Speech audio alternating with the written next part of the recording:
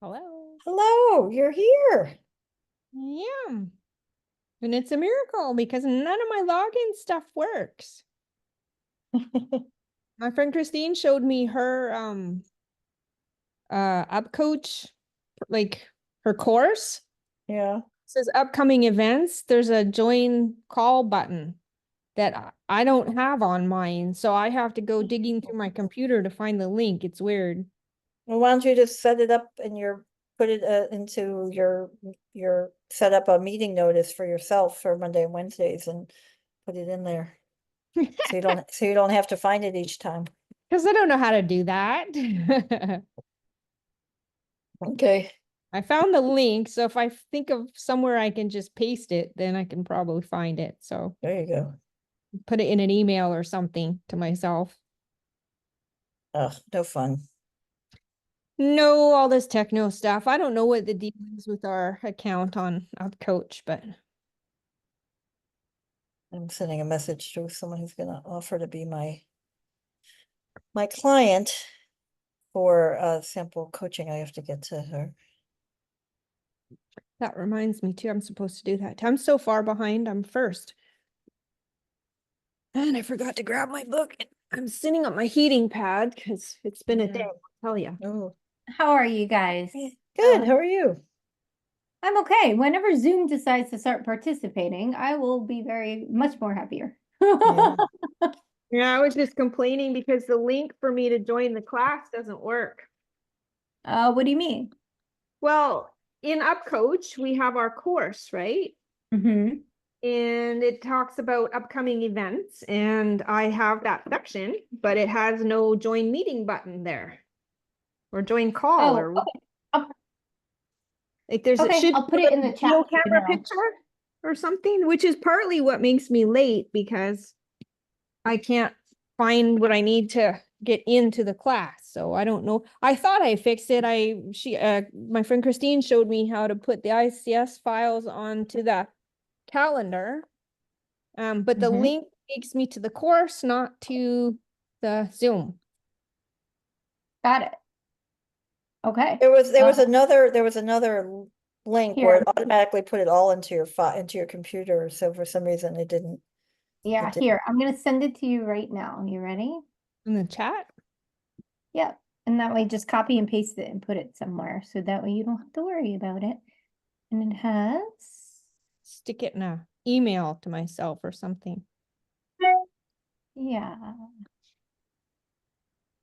that's the Zoom. Okie doke. That's what I just used to log in, and it should have the password and everything within it. Okay, I'll go stick it in an Okay, so give email. that a try.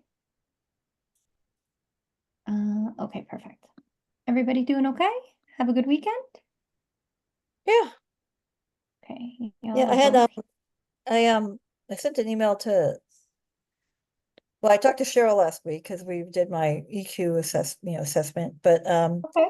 I'm going through the homework and I sent her an email, but we're having trouble emailing each other for some reason, so I don't know if she responded. I'll reach out in Messenger, but I'm going through the homework and you have to create the workbook for the onboarding workbook and the contract. I have an existing business. Mm-hmm. Do I have my own contract. I have my own onboarding. So Yeah, you're gonna have to talk to her about that. I yeah. don't know what she's gonna want you to do because I don't I don't know. You'll need to Yeah, I just asked her, I said, you just need me to, what do you need me to demonstrate to that, so I don't have to recreate, what I already have, right? Which yeah. is a contract that I've been using for 5 years and, I update it as needed. Yeah. So yeah, and then, I started finally keep saying, okay, I'm gonna sit down and read the book and start cranking through it. And it says you only should read a couple a day. So it's like, oh, okay. And it's great. It's just like, oh, it says only to read two shifts a day, but it's like, I don't, yeah, but it's well written. Awesome. But Awesome. yeah, Awesome. Awesome. and I'm finally Okay. just editing everything in Adobe so I don't lose a copy of it. Okay. And then remind me because I thought I said this correctly, but remind me if I was wrong, that each one of you have coached twice. Is that correct? I have coached twice. In class. I have coached twice, yes. Twice and twice. Okay, great. Um, perfect. So let me see. Um, okay. All right. Any questions? Need anything before we get into today's stuff? We're going to talk about enhancing presence. No, Um, Bonnie, did Cheryl reach out to you about our last week of class? No, but all hell broke loose last week, so Oh, I I'm don't know what sorry. I've missed. So we're asking, see if it'd be okay if we push out the last week of class a week. It's the week of Thanksgiving, and we're asking if you're free to push it a week.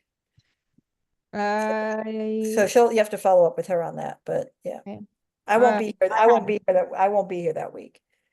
I So, was hoping to be moving that week anyway, but I'm not really sure. My ex assaulted me on Friday, so oh no, I I hope don't you're, know I don't know whether it's gonna delay the divorce or my whole time frame is up in the air at the moment. So oh, because of starting another court process, it delays the dominoes anyway. So but I had hoped to move that week, so that would help me yeah, so if she I can pull it supposed off. to reach out to you, yeah, just because I'm gonna be hiking the Grand Canyon. So I can't exactly take class from the bottom of the Grand Canyon. Well, you could, it'd be fun for us to see, but I don't think I have a connection down there. I don't think they have cell phone towers down there, but anyway, I'm sorry that you're going through that. thank you. agreed. What do you need? Need anything? I don't know Other that anybody can do anything. I just need people to smarten up, including lawyers are the worst, the absolute, I just thought they were people like anybody else. Nuh-uh, nope. Scum, absolute scum, every one of them. So I'm just trying to keep safe Yes, Yeah. that's, and get out of here as quickly as I can. So the faster I get through the training and the faster I get certified and the faster I get my business up and going, the sooner I can do that. So Yeah, exactly. Well, let's hope that things don't get too late delayed for too much for you, because that's just not really fun at all. Not fun at all. Um, okay, I'm waiting to find out how we're gonna move forward as far as coaching goes today. Um, and what in that what looks like. sense? I will let you know. She hasn't responded back. I- What Uh, what sense do you mean? in class, Mm. because we've done 2 of the recordings that she wanted, that are part of the class. We've already listened to those, and then you guys have coached twice each. So I'm just waiting for her to tell me, um, hold on.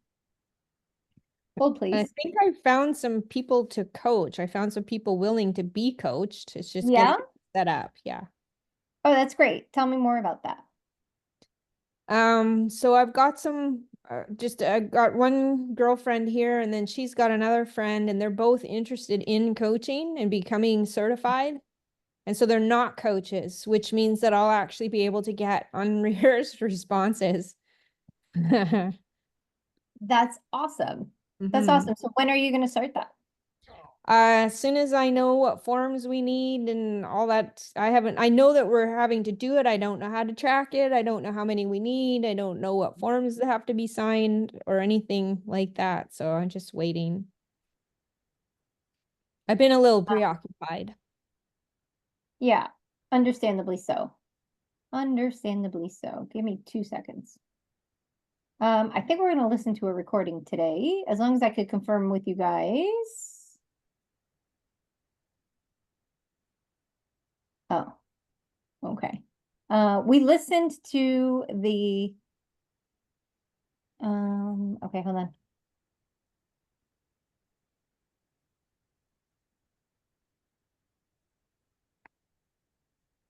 Are you okay over there with all the storm stuff going on? Me? Oh, it's been quite a week. It's been quite a week. Oh, the that's only right, you're in place, Florida. I forgot. I'm sorry that I didn't ask. oh, that's okay. We're good. We're good. We got flooded with Helene, but, this last one didn't give us anything because, the storm ended up not coming onto shore with an eye, it like disintegrated right before. Um, Beautiful. yeah, That's fantastic. Because it was a uh, monster.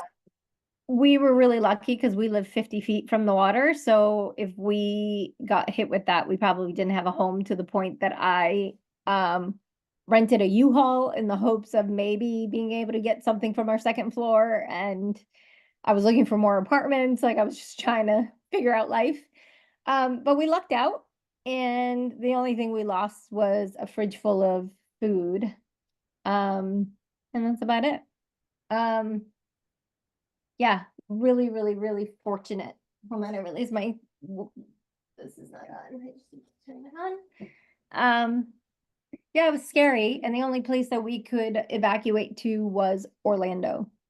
So that didn't really help us too much because it came through as a cat too. But Mm. all the hotels, everything was booked, or they had been completely destroyed along the North Florida by Helene. So it took us 5 hours to drive an hour and a half. So it was one of those things of like the only other place we could go was like Atlanta because like Charleston was booked, Savannah was booked, right? Like it was just like we had to go like the other way. And it was just Mm. interesting. It's a good thing we've been through this a couple of times. So kind of like pros at it now.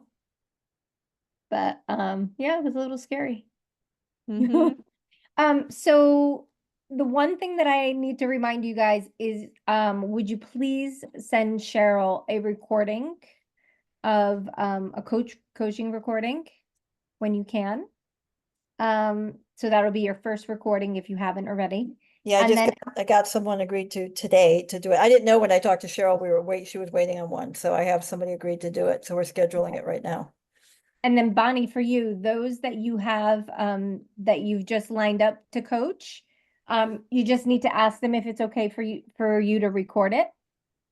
And they will be kept. How do I do that? Because like how do I create a Zoom room or whatever with them? You just have to send them a link to Zoom. So create a meeting or just send them your Zoom link I and don't then have have Zoom them at come in. all. Do you have any meeting, like even Google Meet? Like it doesn't matter how you meet. It just needs to be virtual. No, I've used FaceTime. So you can set up a free Zoom account to Yeah. do this. So Okay, just go, I'll look at that. it's zoom.us, you just go to Zoom, set up a free account. And then you want to do a 30-minute call or just send them a link and then it'll help you set up your own link. And then on the bottom of the screen, you'll have the option to hit the record button. Mm-hmm. And then when it's done, when you finish the call, it will send a copy of the recording to your Zoom directory. Okay. And if you have trouble finding it on the next call after you do it, I'll help you with that. Okay. Yeah. Thank you.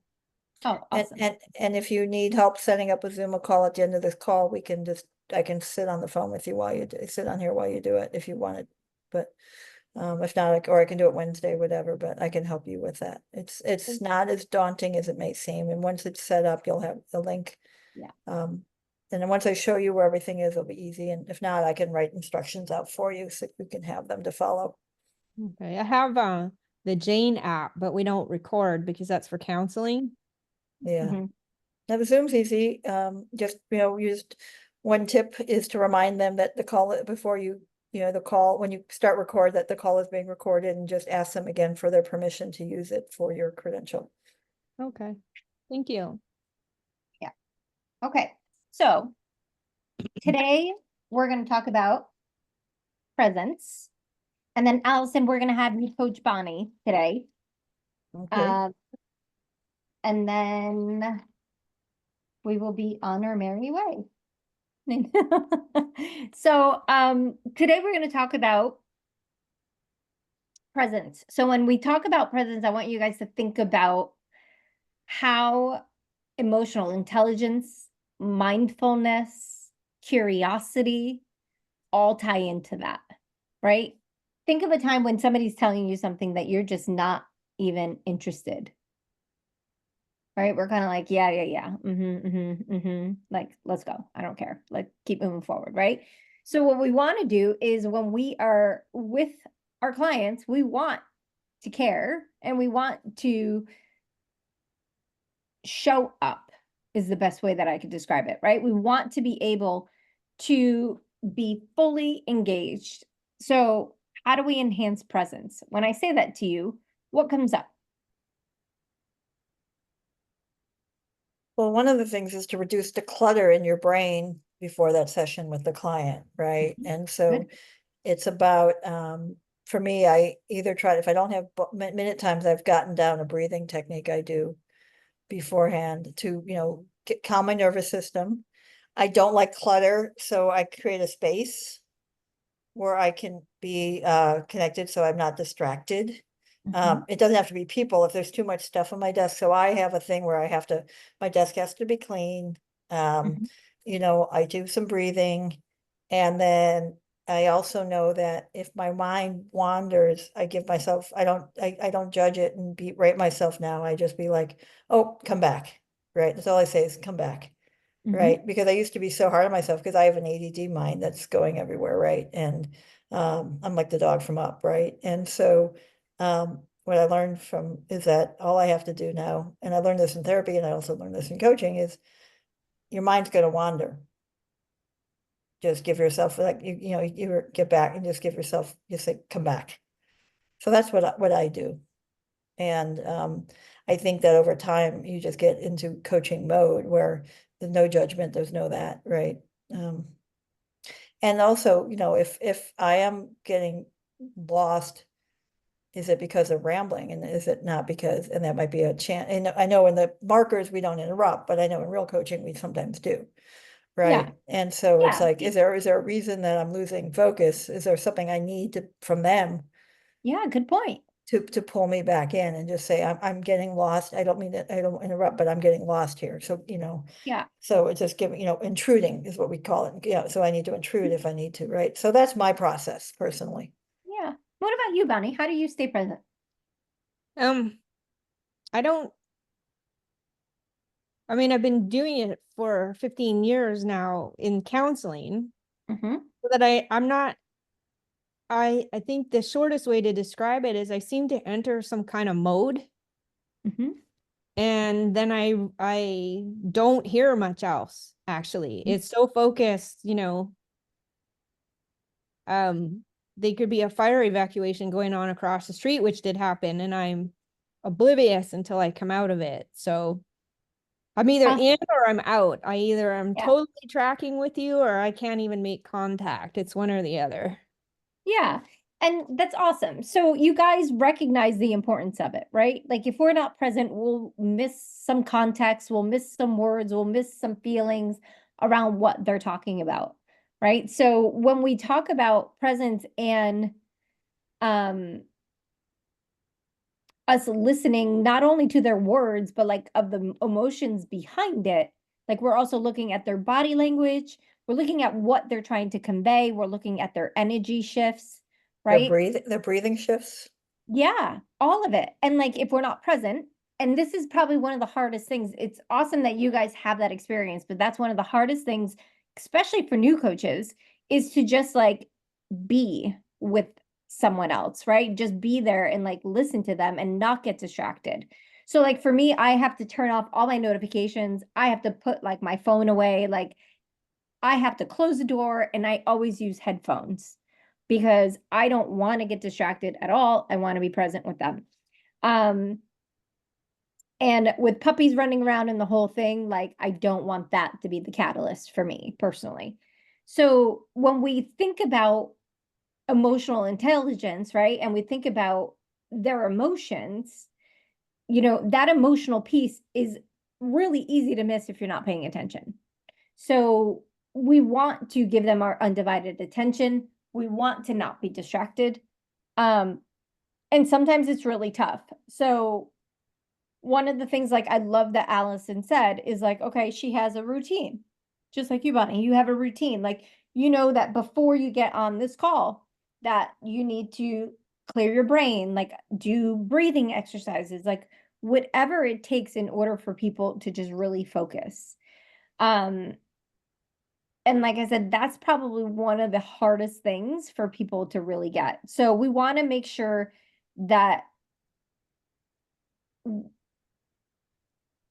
I kind of the good example that I have about that is who you become, right? So like think of an entertainer, right? You have Michael Jackson, he puts his glove on, he knows he was going out there to perform. He became Michael Jackson. So we want to have a little ritual of what we need to do in order to be like, okay, it's like game time, right? It's like we're all in at this point. So besides our own internal factors, like, whatever you're dealing with, like, problems you're having, like you need to go to the grocery store because you're out of X, Y, or Z, and all the everyday life stuff that we have going through our brains that just automatically show up. We will also then have the external factors as well, like what's your office setting like? It's like, is your desk clean or not, right? Like the little things that are going to distract us, like my puppy's running around, right? Because the mailman showed up. So we want to make sure, first and foremost, one of the biggest things to do is just kind of be upfront about it and just tell, like the first thing I tell people is like, I'm a single mom today. I got 2 puppies running around. If they start barking, I apologize. Let me know if it's a big distraction. And like, I just kind of share with them upfront what my concerns are of like the things I can't control. And once I know that they're aware of it and I'm aware of it, then it allows me to just have more freedom around it. So if it does happen, I'm not scrambling last minute to stay present with them because I'm kind of like now focused on doing that. Well, you describe that as kind of like a performative pressure we put on ourselves to be, then the perfectionist is that, and it's like when you speak something, it takes its power away too, right? We all know that, right? And so, 1000%. yeah, and Yeah. like for me, one of the things we talk about is cancellations, and it's like, I said, while I have a 24-hour policy, things happen, and I will ever let you know, like if I can't show up for you fully, and vice versa. Like when I was recovering from my health, there were times I had to decide, can I be present? Do I have the energy to be present? If I'm sitting here like trying to keep my keep a vertical, then I would have to reschedule. Fortunately, I didn't have to, but that's part of my agreement with my clients is that, if there's something that's preventing you from being present, and if there's something from me being present, then we reschedule because it's not worth it, and so my job is to show up for you fully. And if I can't show up for you fully, I will let you know. Yeah, exactly. Well, Exactly. if you do it right, and you start off with, like what could potentially get you distracted and what could potentially get me distracted right at the beginning of the call, you've in effect gotten onto the same lily pad, Mhm. Yeah. right? You just joined together in this imperfect world and agreed to help each other out. Yeah. So it can actually be used as a way to connect. Yeah. I like that. Yeah. Yeah. Um, and the other thing that is part of that is when we include mindfulness, right? So mindfulness is just being present without judgment. And so we want to make sure that we've developed that skill, right? And what ultimately it's going to be able to provide us is awareness. The person listening is going to have the awareness of what the person is saying, right? So we're not listening for what question, we're not thinking about what questions we're going to ask. We're not passing judgment on their appearance, like, right? We're letting all that go as we need to. And we just stand, for me, I stand in my intuition that based on me listening to what somebody else is saying, my question's just going to automatically come up. And if it doesn't, right, there's some times where I'm kind of like, okay, right? I'm just kind of sitting there like, where do I go with this? Right? We've all had that. Then I just give myself a timeout, right? I give myself that gift of silence so that way my brain can catch up and I then know where I want to go with it, right? Sometimes it's not automatic, it doesn't just show up. So give yourself the freedom of like, there's no rush. There's no rush in the conversation. You don't have to get anywhere. You just need to connect with them and be present with them. And then ultimately that conversation will flow. And one of the biggest things people do is that they're trying, just like Allison used this word perfectly, right? They're trying to be perfect at it. They're trying to go for perfection. And the second that we're able to just allow that to go out the door, the easier this whole thing becomes and the more enjoyable it is. Well, I Right? think it's perfection and the performative aspect, right? I think it's a Yeah. combination of the two. And then for me, when those blank spaces happen and I'm lost, I think about my question I say to myself is, what am I curious about right now? Mm-hmm. Yeah, great. So Awesome. that's my, like, what do I want to know right now? What am I curious about? Is it, and now it's like, is it, a feeling, Mm-hmm. desire, a goal? Like, it depends on what they're describing, right? And it's like, or it could even say, where do we go from here? Mm-hmm. Yeah. Where do we go from here? Or what haven't I asked you yet that I should have asked you is another great one. Yeah. Oh, I love that. Yeah, exactly. Yeah, or thank you for sharing that with me. What didn't you share yet that I need to know? Yeah. So it's just like you're there to get them talking, right? So, Yeah. yeah, And but it's and always the like, other, go ahead.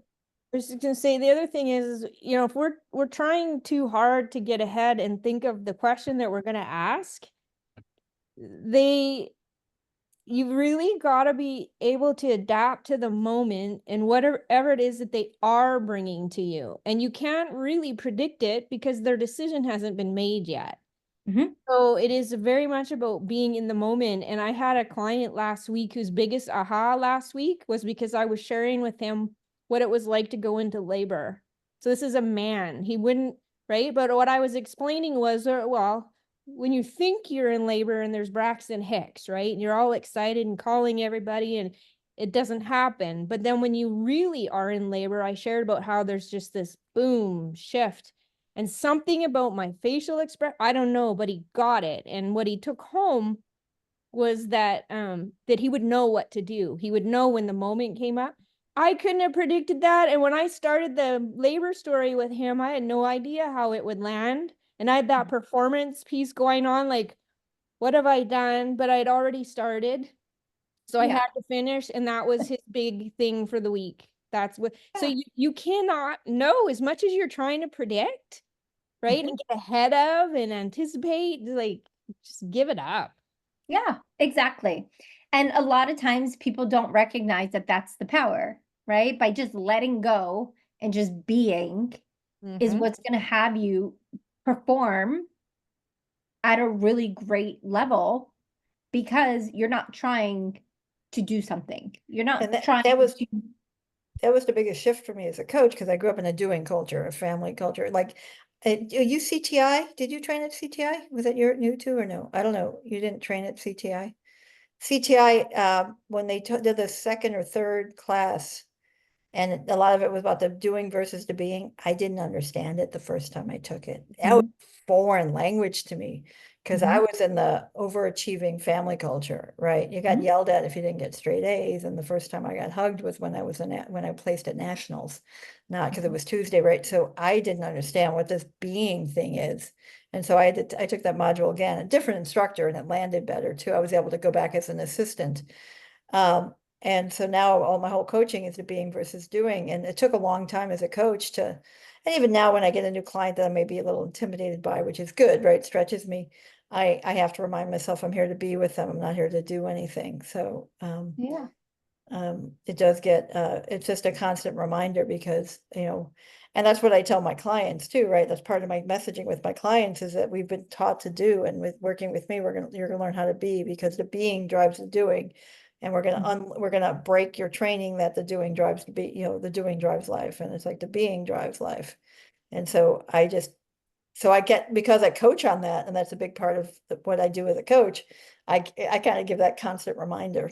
too, but it was a very foreign concept to me for a long time. Even as a coach, it was like, and then they give you this list. These are like great, powerful questions. And they're like, you try to memorize them and then you're not being because you're trying to, well, Right, which one should I? exactly. So, Thank you. yeah. Exactly. Mhm. Exactly.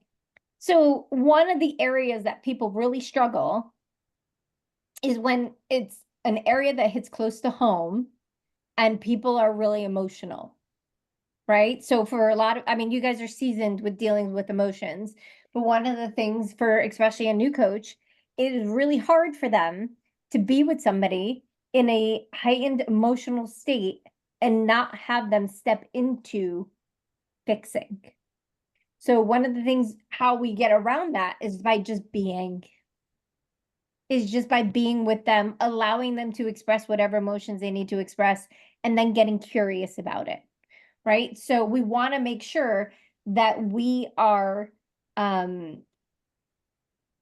if our mind starts to wander, if we're, if our client has difficult emotions, that we have a mechanism in which we're not automatically jumping out and going into that fixed mode.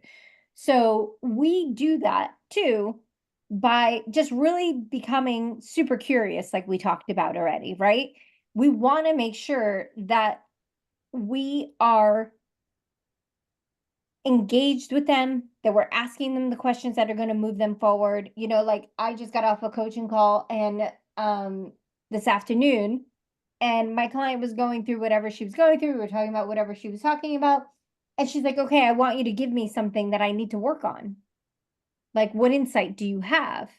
And I kind of looked at her and I'm like, well, what insight do you have right now as to what we're talking about? Right. And so it's like they sometimes will look at us to be the people that it's going to fix it for them. But we have to make sure that we stand in the, it doesn't matter what I think, it's what you think. Right. And that comes along with presence. If we are not present to what they're feeling, then the questions that we ask may not be exactly what they need in order to get them to that next step, right? For them to have that awareness. So we want to make sure that we use curiosity to drive the conversation, right?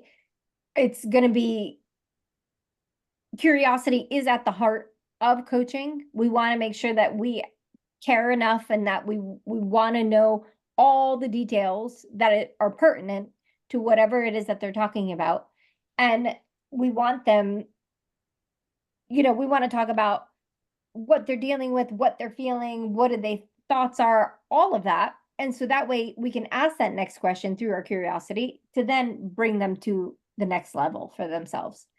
And when we have genuine curiosity and like we're just really exploring, right, which is going to be a big part of coaching, we want to make sure that it's not just on that surface level, right? Like that we go deeper, that we're actually asking those hard questions. We're asking the questions that are, coming up for us, that our intuition is screaming about. So that way, and that we're bold enough to ask them.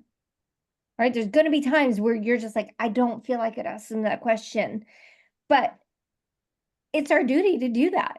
Like it's our responsibility to go and ask them that hard question. And we also need to get to a point where we're kind of like, this is going to sound bad and I don't mean it the way it's going to come out, but I don't know how else to say it. But that we don't care that for that moment they're going to get mad at us. Right? Like we want to ask that question, the questions that are going to move them forward, and understand that they may get like a little like, I've had people get angry at me. I've had people like, verbally be like, why are you asking me that? Do you know what I mean? But like then they sit and they settle into it because I don't say anything. I just sit there. And then they eventually have that realization, right? And again, it's that understanding that everybody's going to react to things differently. And it's not personal, right? But I would rather ask that hard question that's going to get them to be confronted than have them sit with the same conversation for another 3 weeks. And I think you guys are the same too, right? Like you're bold that you're willing to do that. So again, that is something that new coaches shy away from. They sometimes, well, I didn't want to hurt their feelings. Yeah, I It's a, never, I never. it's not about that, I, right? yeah, my first executive client was describing a situation with her and the CEO, and I'm like, so you do this, and then she does this, and then you do this, how's that working for you? Yeah, And she yeah, busted up laughing and is like, oh, and that was how I got my first, and that was my first executive client, but it was scary saying that. That was years ago, right? But it was just like, and I say one of my pride is talking to my friend who's a coach. She said, "You're fearless. You'll shift somebody more in a session than I will because you have no fear." And I'm like, they hire me for that. That's something we talk about. Like, if you work with me, you want me to see the things you can't see. You want me to name the things you can't name. You want me to do that. And that's what you're signing up for. Now, but right. but I do have a way that I describe it. I said, my job is to help you expand, not to contract. So when I bring Yeah, this out, I want it to be like oh, you like that term? I can see your, yeah, I it's like, do. yeah. And so I said, it's my job to make sure I understand that when I challenge you, it's challenging you to expand, not to go into Yeah, my job to not trigger your saboteurs and your judge and all of those things. exactly, Yeah, exactly, so that's part of us getting to know each other. That's why we do a 2 hour exactly, first session so we can accelerate that intimacy. But it really is exactly. about expansion. And so I challenge you to expand. And so I work on how do I challenge that? Like with this one, I got her laughing, right? Mhm. How do I challenge you so you don't turn inward Yes. or And don't start turn? down, So no, right? no, but sorry, you can turn inward. You don't turn on your judge or your saboteurs. Yeah, right. Or they don't, like, some people shut down, right? Like, we don't want that. Yeah, We want them to keep yeah. being engaged. And so there's two kinds of coaching, as you guys already know. Like, there's surface level coaching, like planning a 5K for somebody. There's nothing wrong with that. Like, it's what they want to create. We'll go ahead and we'll create that for them. But then there's a deeper part of that. There's the emotional component. There is their why. Like, why do you want to run a 5K? Like, why do you want to get healthy? Right? Like, it's one thing of like, oh, I just feel like I need to eat like healthier foods. And then it's the no, you know what? My daughter's pregnant and I want to see my grandbabies. Right? Like, there's going to be a different motivation. And we don't always figure that out unless we ask those harder questions to go deeper to understand what is motivating them. Right? So we are going to see when we have that curiosity and we're going deeper into our client's world, then, you know, we're going to ask those harder questions and we're going to be able to support them in moving forward. So there is an interplay between presence and curiosity. So when coaches are genuinely curious, they're just not listening to words, right? But they're listening to the story behind the words without having to get the whole story, right? We don't need all the information. We just need the pertinent information, right? So, like, case in point, right now, we're dealing with the fact that our Jeep got flooded. It's salt water. I don't need to know that it got in the carburetor, it got in the transmission, it got into the engine, it got into all this. I don't care. I just want to know, can I drive it or not? Right? And that's exactly what we're doing when we're trying to get to the source of what our client's dealing with. Because if I don't need to tell you all the details of like, this is what happened to my Jeep, right? But I need to tell you, like, yes, I can drive it and I feel safe doing it, or no, I need to just get a new car, right? So we want to make sure that we don't spend a lot of time going backwards. It's like from this present moment here forward. And we may need something from the past, the emotion behind it, but we don't need to go back to like when they were 5 and they first felt it. Like, we don't need that in order to support them in moving forward. So it's a really in this present moment conversation, right? Sometimes your clients are going to want to tell you everything about what their, family member did to them and the whole backstory, right? My calls end up being longer when I allow that to happen because we don't get to where we need to get to because they just spent 20 minutes telling me about their family dynamics. And it's like, that doesn't matter. I get it. However, I need to know how you feel about the family dynamics and how do you want to go forward. Make sense? So it's up to you guys how much of that you want to go into the past and like get that information. However, it's not always the best use of our time because it's not going to what ends up happening is the difference of being curious and being nosy. It's funny when friends are going through things and people say, well, do you know what is behind this or something they ask? I said, it's not my place. I always have to separate, is there a value in me knowing or am I satisfying my curiosity? Mhm. And those are two different things. It's because I want to know what happened and why like the relationship worked out. It's more, I don't get to ask that. I get to Yeah. ask what, how are you? Right. And my friends are like, wow. They're like, I'm not that disciplined. And I was like, it's like, well, my curiosity is not a judgment for intrusion. Right. Yeah. It's like, what is it, it's not, it's like, what do I need to know here to move, like you Mhm. said, or then in that case, who do you need me to be right now?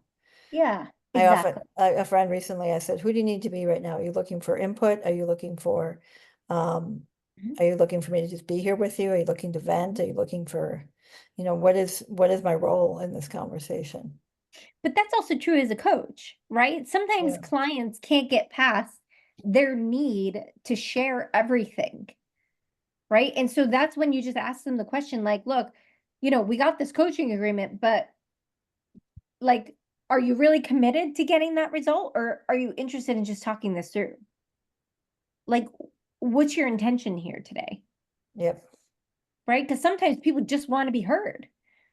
And they're not really in a space where they can even move forward. And so if I have a conversation where they're like, look, I just need, and so like my clients know they're like, I just need to vent. And I'm like, okay. And then after they get it all done, I'm like, okay, well, tell me one thing that you want to do that's going to move you forward. And then we still get to that. So depending on how the client shows up, I'll still always make sure that they leave with one action item, something for them to do, right? So like today, the person I coached, right? We've been talking about relationships, we've been doing all this stuff, and she asked me like, "What's my homework for today?" And so like we kind of started talking through it, and she realized that she needs to like start paying attention to when she's doing X, Y, and Z. Like where else is that showing up for her? Right? Because it's sabotaging the rest of her life, right?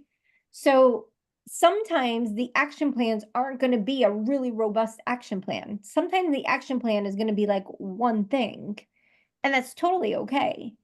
Um, and if we go back to the difference between being nosy and then being curious, right? Being curious is like that skill, is a pivotal skill that we have, and it's the foundation for discovery, personal growth that we're going to be able to provide. It gives us a purposeful inquiry. There's a reason why we're asking a specific question, right? However, there are times when we just want to know something because it's just for our own personal interest or our desire to gossip, right? So we want to make sure that we're not crossing those boundaries and that we're really clear.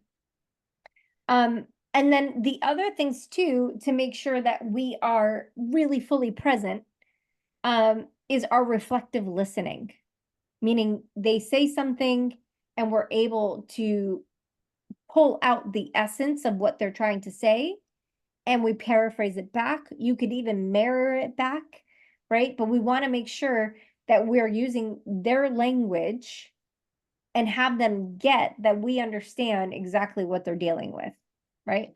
And again, it's really important because not everybody gets heard, right? People are not heard. There's so much distraction outside of your call that you're the only person listening to people.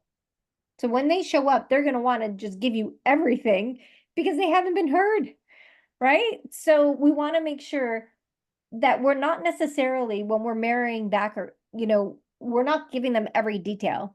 We just need a quick succinct like, okay, so this is what I'm hearing you say, and go from there, right? The other thing too, we want to make sure is, we want to really make, we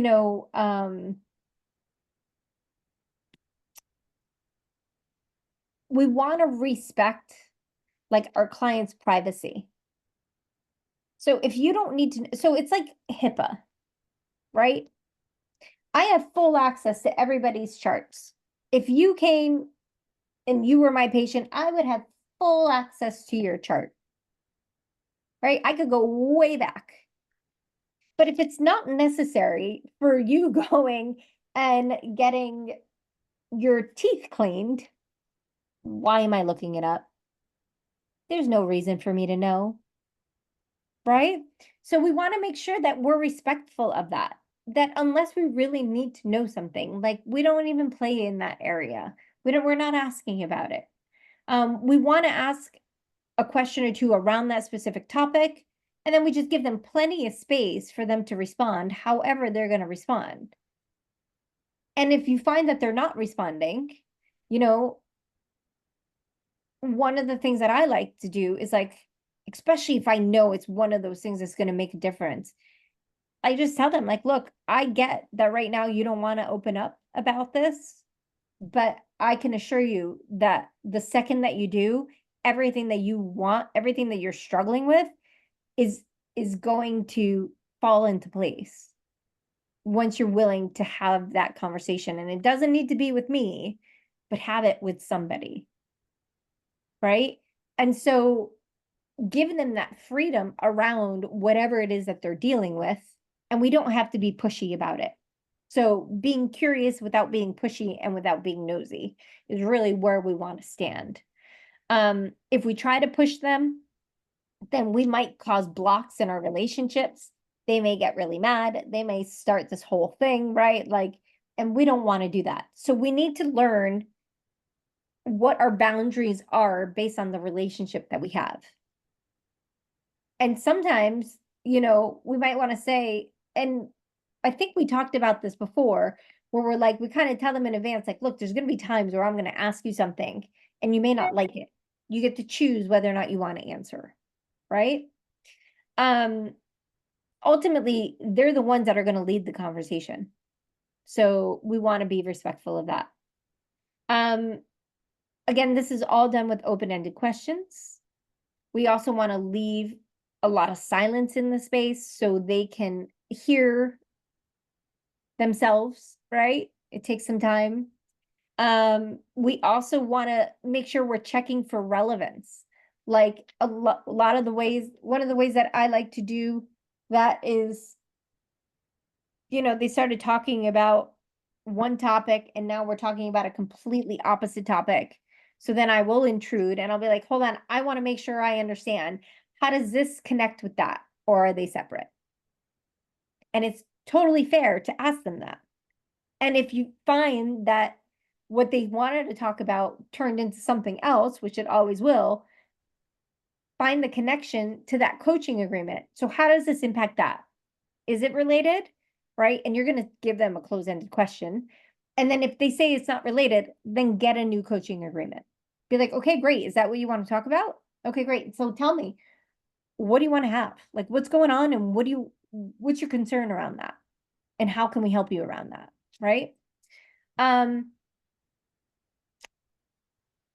then the other thing too, we will integrate emotional intelligence into our practice around this conversation by like, first we'll do that with regular self-reflection, right? Always looking for feedback on our end. We want to consistently reflect on our own progress, right? So if that's not a screaming for getting your own coach, right? Like have somebody else support you in what you're trying to see what your blind spots are. We want to reflect on how we're coaching. We want to reflect on how we're treating people. We want to reflect on our effectiveness with our coaching skills that we have. Like, was I able to move them forward? Was I not? Like, where do I feel I'm getting stuck as a coach, right? And so we want to make sure that we have that support too. And then the other thing, and that's why they always say like, get a coach, right? Coaches need coaches too. And then we want to integrate emotional intelligence in our practice so we stay present, so we stay curious, and we help that move our client forward. So we want to engage and we want to reflect back, right? And then in this chapter, there are a couple of scenarios that are in there. Let me see. Okay, let me just share my screen. Anybody have any questions so far? I know it's kind of like a Scenarios are on page 6. yep, I'm gonna show it to you. It should be that. Yeah. So these, right?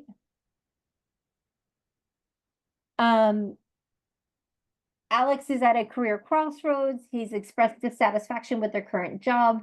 They feel unfulfilled and are considering a significant career change, but unsure of what direction to take. Right? What questions would you ask for out of curiosity?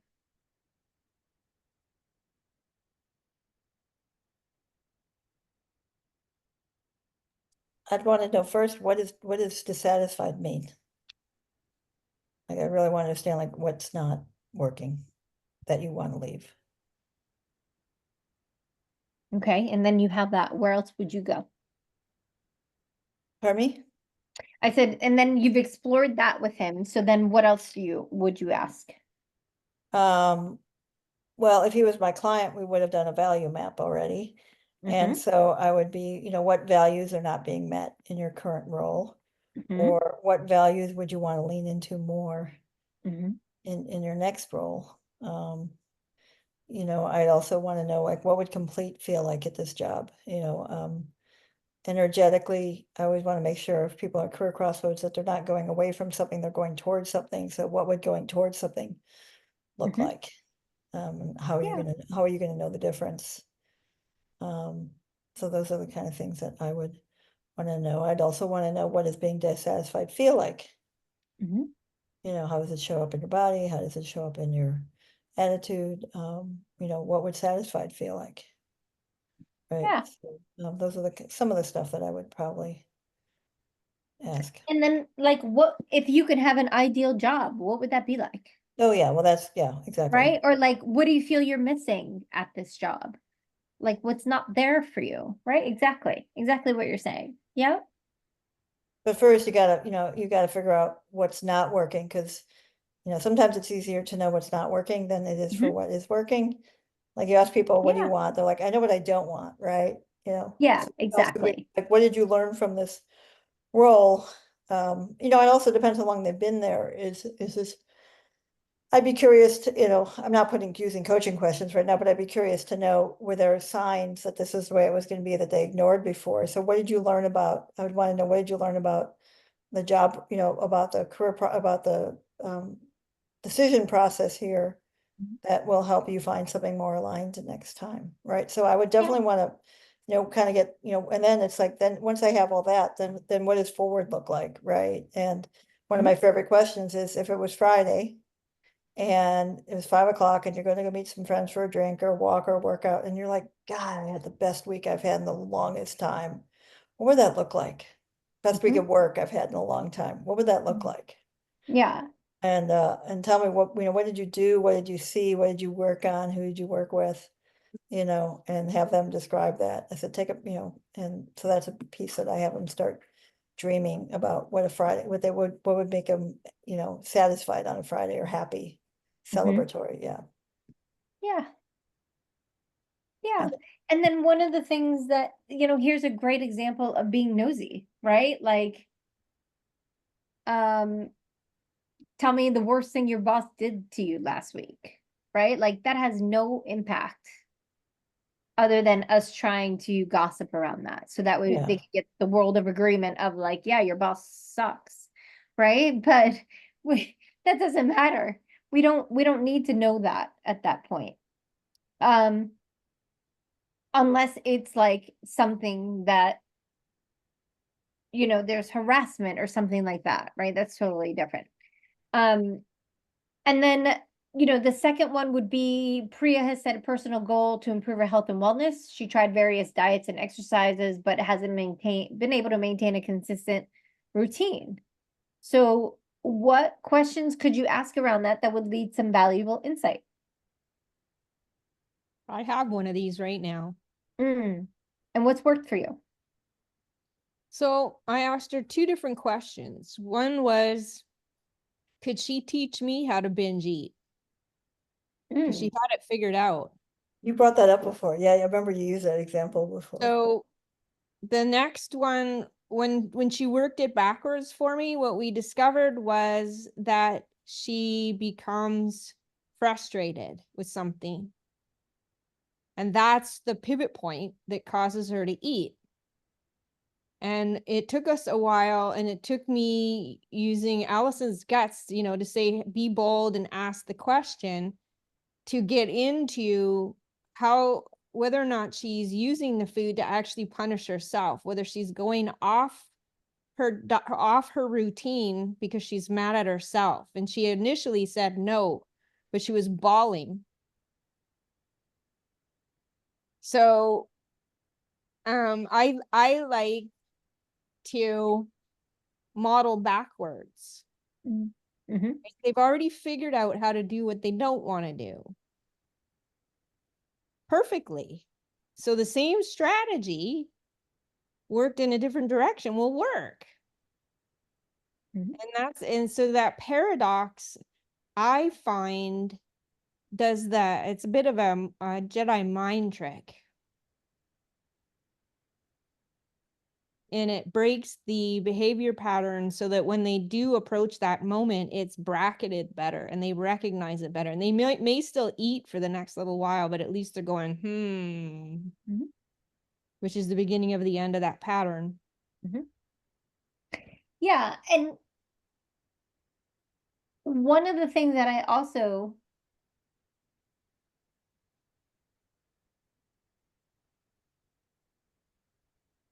so I like that approach. I like the teach me what you're doing, right?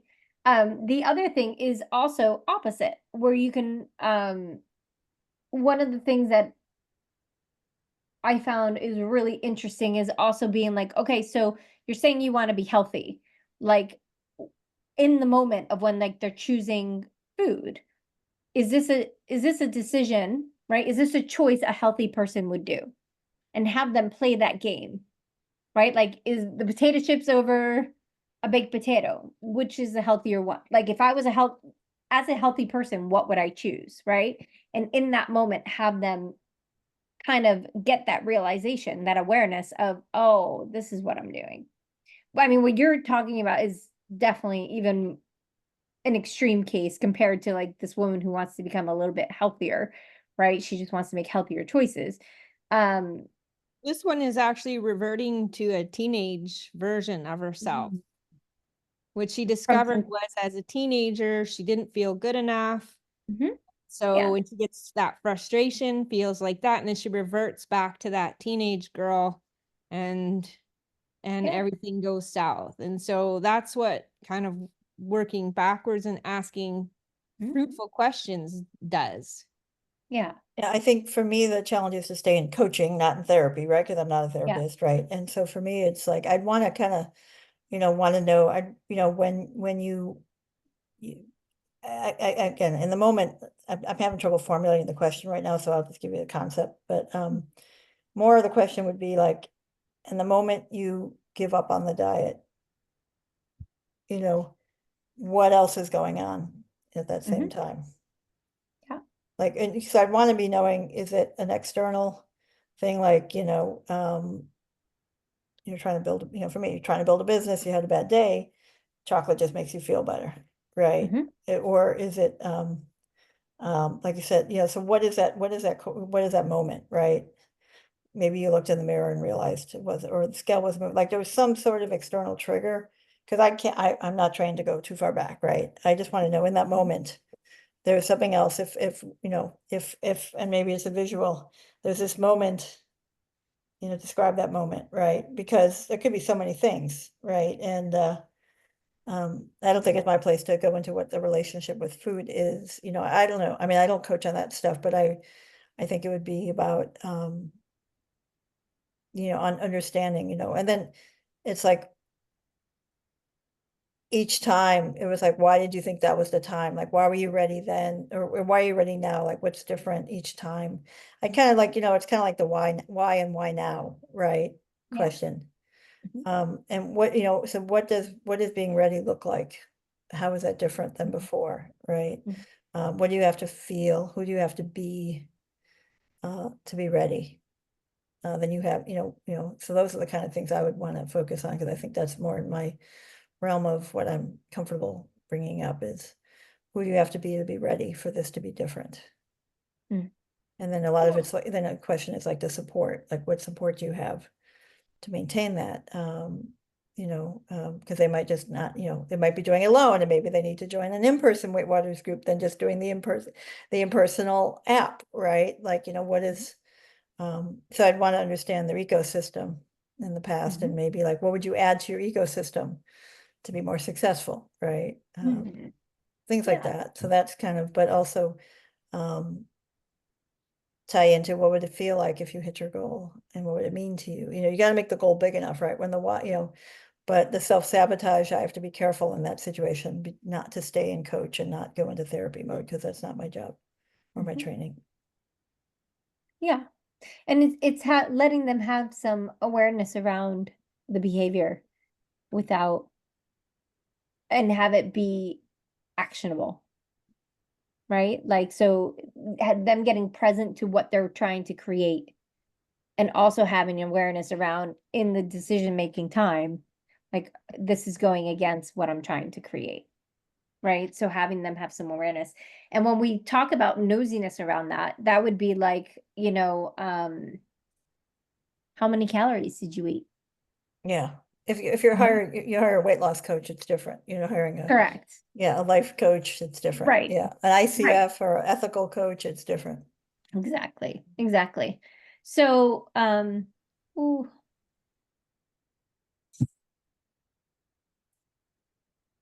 Bless you. ooh, thank you. Um, so we want to make sure that we are ultimately supporting our clients by understanding where they are, where they want to go, where they're getting caught up, and how they can support themselves in continuing and moving forward. And we do that by really being present and having awareness around their emotions, their body language, the words that they're using, the expressions, all the verbals, all the nonverbals, and then for ourselves, trusting our intuition in order to ask that right question that's going to continue the conversation forward. So I did that pretty quick because you guys are really familiar. If you have any questions as to what else is in that chapter, please let me know. Next class, which is Wednesday, is going to be active listening and reflecting back. And then if you haven't, I think the activity that's part of your homework for this class is the list out 5 beliefs and tell yourself whether or not it's true or not true. What evidence do I have to support this? And are those how those thoughts might impact your practice and your presence and how to overcome them, right? Um, any questions, comments, statements about anything we've covered up until this point? Anything that you need?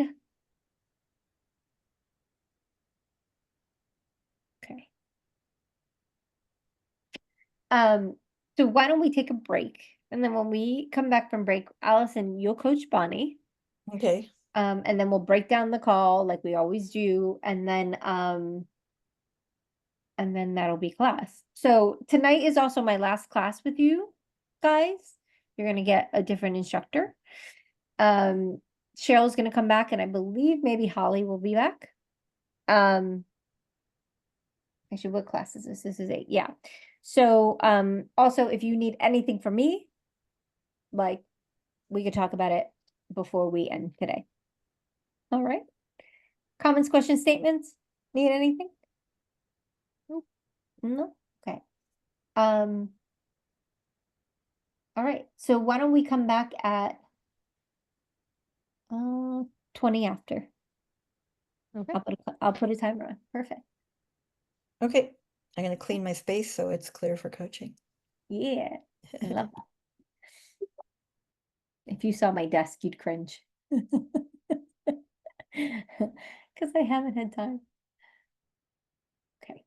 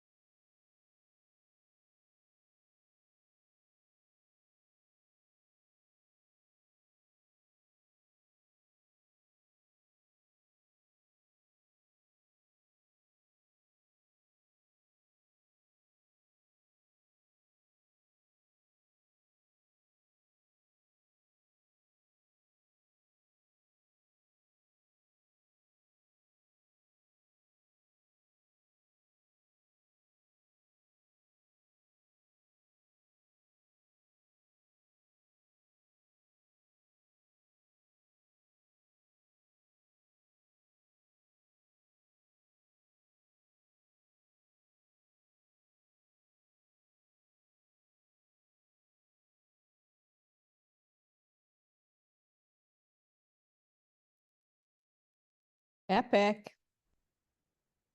Did you hear that sound on your end too? I felt like I was at the Grammys. I know. I liked it. I want that on my ringtone because my phone ring triggers me now because there's so much drama attached to it. Oh no, Mhm. I'm so sorry. Hello. Hello. Okay. I have a nice clean desk. Yay. Awesome. It needed it, so it was good to get it done. Okay, so need anything from me before we get started, Allison? No, I don't know. How much time do I have? However much time. So between 25 and 35. Okay.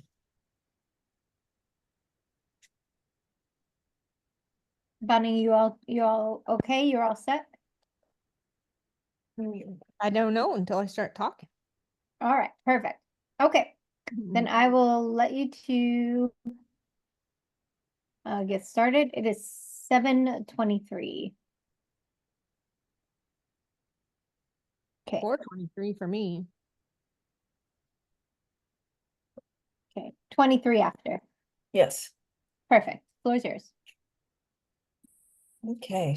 Let me pin you first before we start, so I don't have her. There we go. So, Bonnie, Mhm. what would you like to focus on today specifically? Well, the only thing that I can seem to focus on, which is everything went sideways on Friday. Tell me more. My financing fell through. I got assaulted early in the morning. And I have to make a decision about how to protect myself because we're right at the end of the divorce. All that's left is to sign. And we were in the process of making that happen. And then the appraiser came Friday morning, which means my ex was able to get his financing. And he assaulted me while the appraiser was here, pretty much in front of the appraiser, which is by itself insane. So I'm trying to focus on problem solving when I am just crushingly sad because I'm tired. I'm just tired. And I'm losing confidence in myself. And the other thing is, the sheriff asked me what I wanted to do, how I wanted to protect myself. And the interesting thing is, I have a permanent spinal injury from my first marriage. And the reason that happened is because I tried to be proportional and fair. Hopefully my dogs are not about to go off. And each time something bad would happen with that ex, I would say to myself, well, I'm glad that's over and that's not going to happen again. And I would make a proportional response. And what I learned was that you don't prepare for what just happened, you prepare for what you don't know is coming. So there's this part of me that knows the patterns and how to be in charge, and there's this other part of me that's, I feel like I'm on a whitewater raft. And I can't sleep.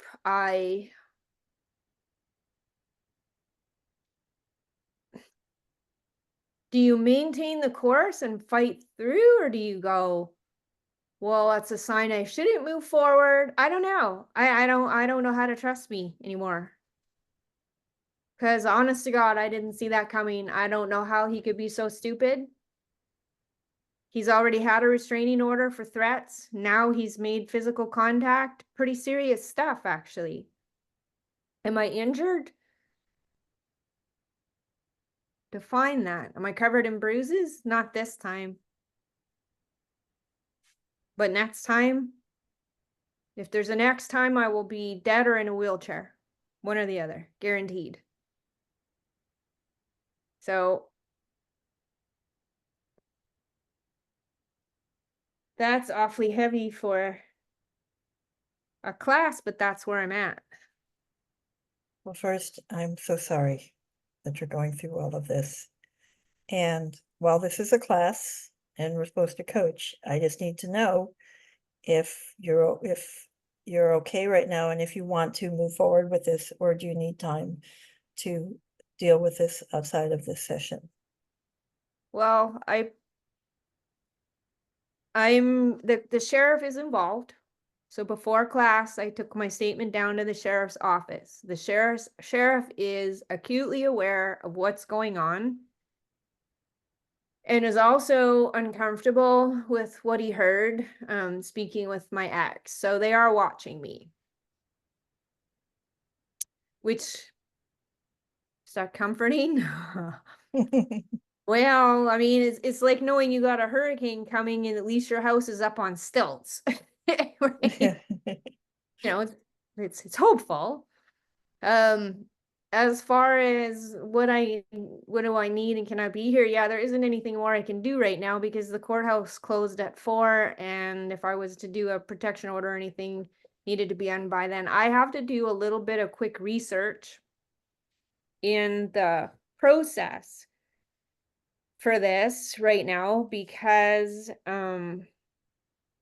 there are like 3 different directions that I could go procedurally. And my first response to this was to try and get cooperation through the lawyer to say, I just want some protective measures. If we can agree to them, they're not real deep. And can you let me know this morning? And they're just not. So again, is it because they're not willing? Is it because it takes time? I feel like I'm always having to predict things without a crystal ball. And trusting myself is hard. Trusting my intuition is hard. On the upside, any possibility of reconciliation of any form is now irrevocably off the table. There's no doubt in my mind about going. Could I have done it differently? Da da da da da. No, do not pass go. Road to hell. So that's that, because I felt bad about all of this, and now I understand that there was something going on behind the scenes, and I've always said there's something I don't know. I know. Nobody's home. There's right, like he's not well. He's really not well. To assault somebody in front of a bank official, that's wow. So and the interesting thing is, at the same time I'm saying I don't trust myself. So the bank official was here, don't know who he was, anything like that. Isn't it weird? He needed more information. So he asked my ex, and I said, don't you come here? You just have him contact me and I'll handle it. And I was able to ask the fellow, or tell him, something happened, sorry about that. And I was able to find out what he heard, and that he's speeding up the order for me so that I can get through quicker and get the heck out. So at the very least, when the opportunities are presenting, like, what a weird, obscure thing that the guy needs more information. Now I have his name, his number, I got to personally talk to him, and he's on side. That's if I can step outside of me, I can look at that and go, wow, my ex he just has met his match. He just doesn't know who he's dealing with. If I was talking to a client who pulled that off, I'd be like, brilliant for recognizing that and taking the opportunity and knowing what to say and how to say it to get the guy on side and not scare him off. And so I don't know who's running the show, what I call Chicken Little, or the one of me that seems to know how to get stuff done and write orders and And then there's the shame of how does this happen to a mental health professional a second time? So that's a lot to unpack. I don't even know what direction to go. Well, I'm gonna commend you first for being able to find some silver linings in it and for laughing for a moment, and with the time we have, I want to be in service of helping you move towards one thing. And you've mentioned forward, you've mentioned trust. I don't know where to go. You have different options for the path you need to take. So if we can address one step that would get you moving towards where you want to get to, what step would you want to address first? The biggest decision I have to make right now is whether, so let's back up one step. So getting out of here and away from here is my surest form of safety. So either I wager that I've got enough eyes on him that I can sign the divorce decree without a protective order, not delay it. It would be finished on by October 21, because we'd be able to waive the hearing. It would just go to the judge and it would be final, and we'd get notification that it's done. And then he sells the house, gives me my check, I move forward on my house, and I get out. The other is that the last time before I got disabled with my first husband, the mistake I made was thinking that that was the final episode. I said, wow, I didn't see that coming, but I'm pretty sure we're done now, and I'm probably safe. So now fast forward to this situation, it has progressed on the exact same line. Same trigger, everything. And I'm saying to myself, so if I say, didn't see that coming, because I didn't, and I don't get a protective order, I'm betting that he won't get another opportunity to do something. But I thought that last time. But if I go get a protective order, it could delay the divorce, and it could delay it significantly enough to cause me to lose the house that I have an accepted offer on in replacement financing. And that would keep me here longer, which I think is more threat. So I have to decide whether to plug my nose and jump and just sign it and get out, or dig a moat and make sure. But then I have nowhere to move. So either way, it's not great. If I don't do it, then and something happens, and if I don't do it, then they could say, well, you weren't worried enough about it to put it in the divorce, right?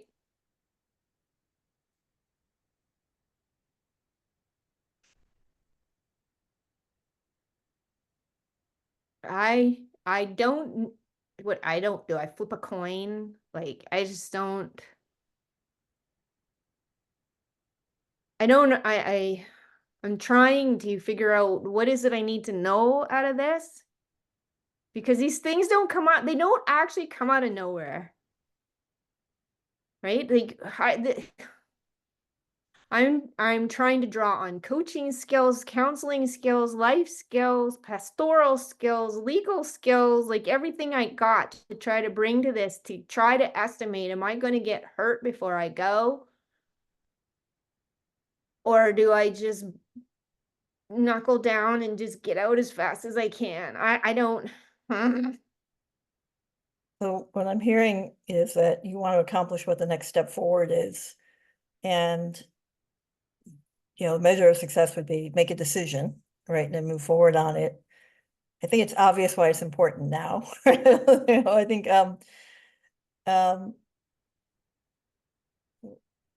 what if the decision wasn't binary? You mentioned two choices, right? One is sign the divorce, move out, have less protection. The other is get the protection and risk losing the house. But what if that wasn't the only options? Well, I could risk losing the house and I wouldn't get the protective order either.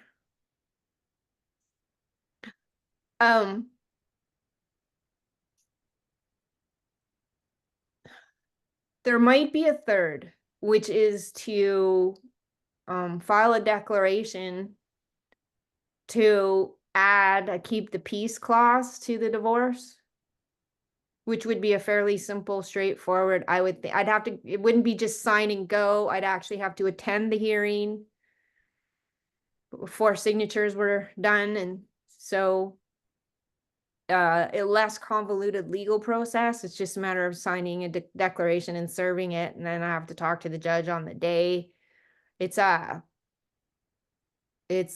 less severe move. It doesn't have to result in additional hearings, additional trial.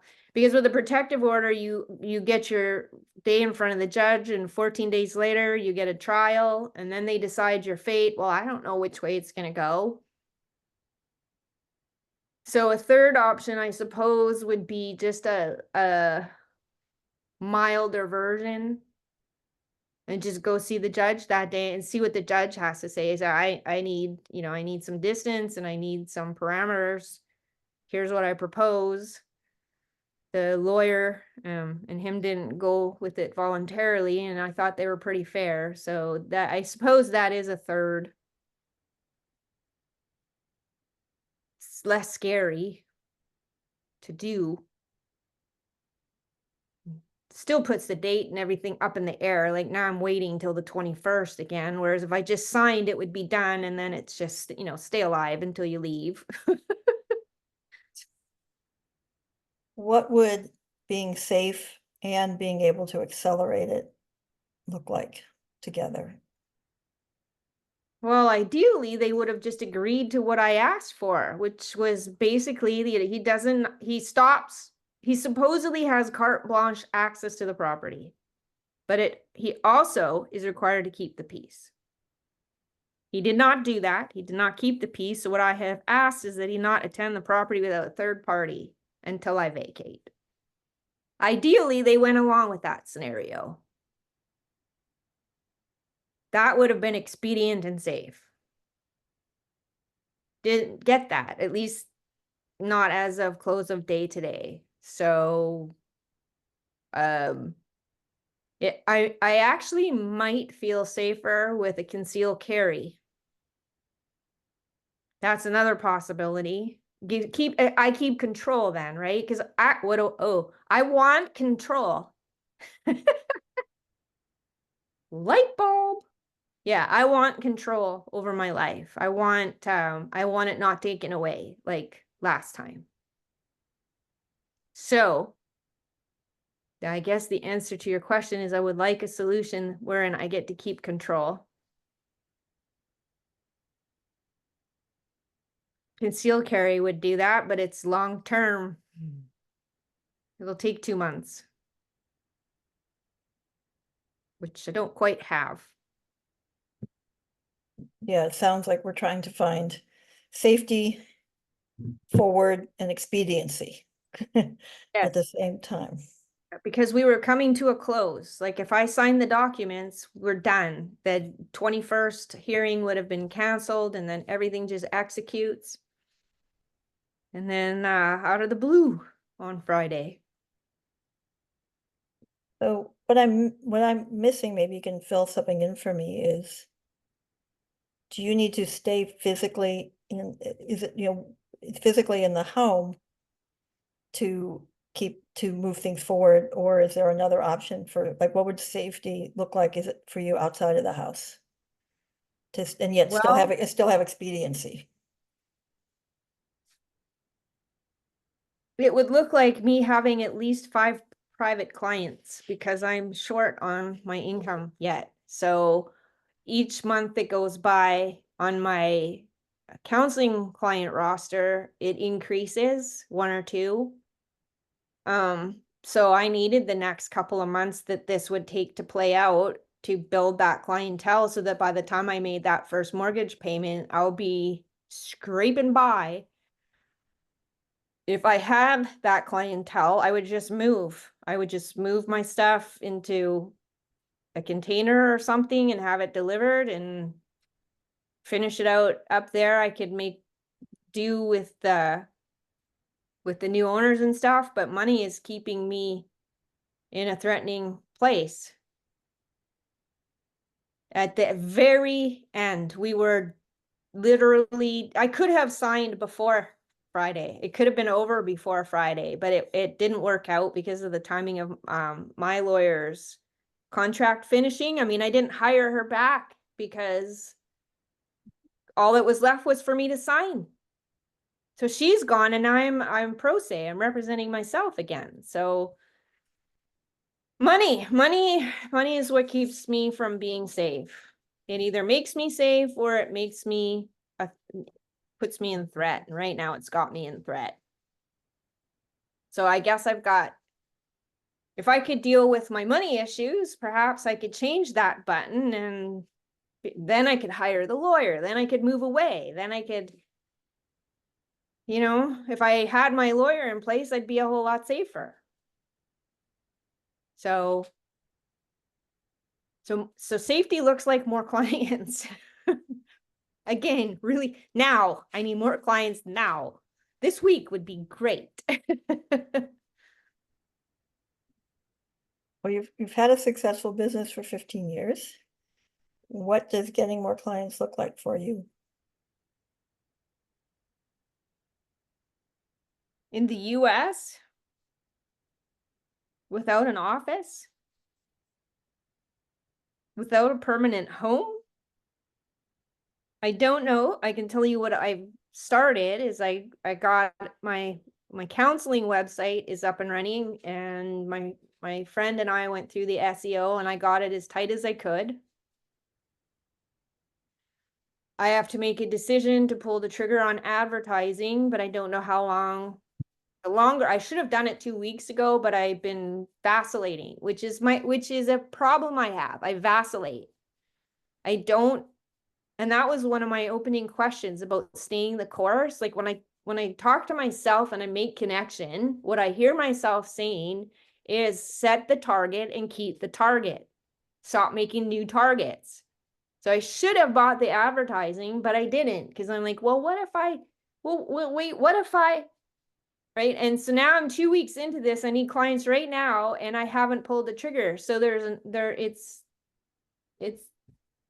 it's not doing as much as it could. I am also pulling together my website, which will help me be clear on my business model for coaching so that by the time I get all of this done and ready to go, I'm good to go. So lots of prep work. Now, as for clients, I had an interview last week to possibly take on a job in counseling, which I could do, but it's half the pay rate. And I can't live on that. So it was a major, like almost 50% drop in pay and increase in hours on top. So it's just not feasible. I could add a second company like the one that I work for if I could figure out how to make my calendar jive between the two companies. I haven't been able to answer that question. How does this company know what my availability is? This company knows. I've set it with them. I don't know if I can set it with two people unless I add,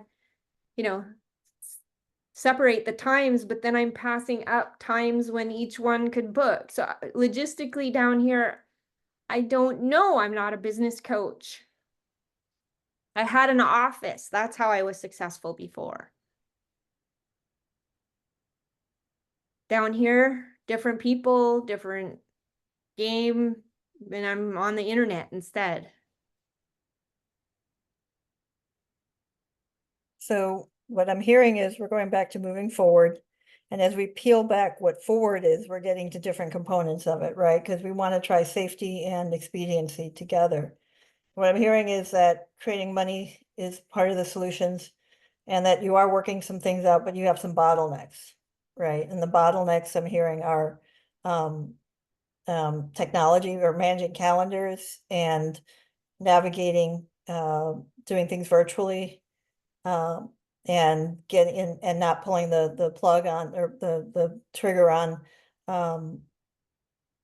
the advertising. So there's a lot there. Hmm. What is possible in those situations? What can you create? And what do you need support on, that maybe it's just a matter of knowledge versus a hurdle? If I had a wish, I would take some things that are playing out in order and I would put them out of order. So I am paying for help as I go. If I could not pay so that I can get the help, be successful with the help, increase my income, which would be the result, then paying is not a problem. But in Canada, I could do things like that. Down here, if I can't meet the obligation or whatever, then I'm written off because there's 50 more where I came from. People just, like in America, I would say 9 business transactions out of 10 that I've had down here have been fraudulent, crooked, people not following through, and they just go make me, which is another way to say sue me. Well, unless it's $25,000 in value or more, there's no point in suing.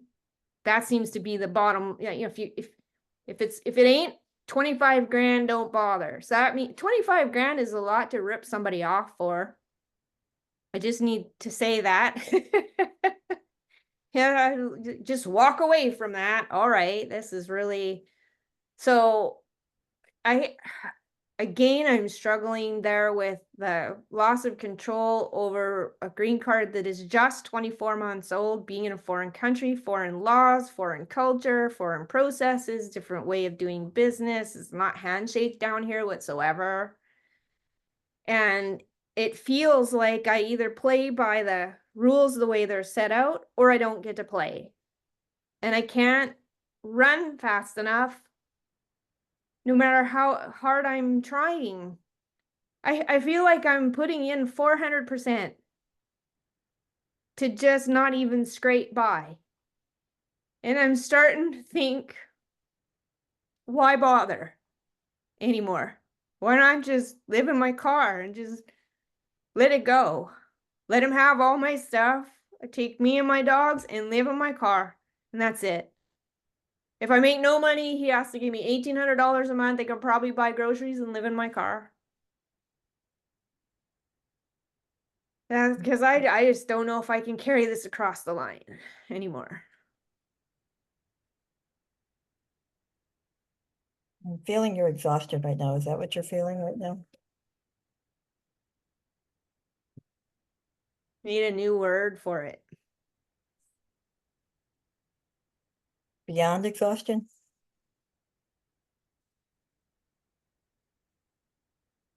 It's hard to not just dissociate.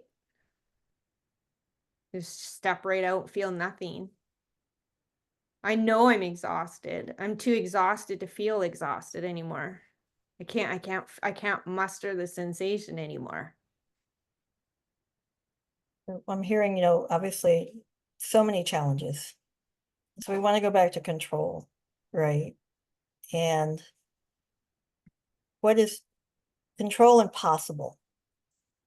Right. So I'm curious, are there other resources in your life, people in your life, that are that can be resources to help you figure some of these out, like the calendars or the living situation? Is it like, what other resources do you have to support you on this journey?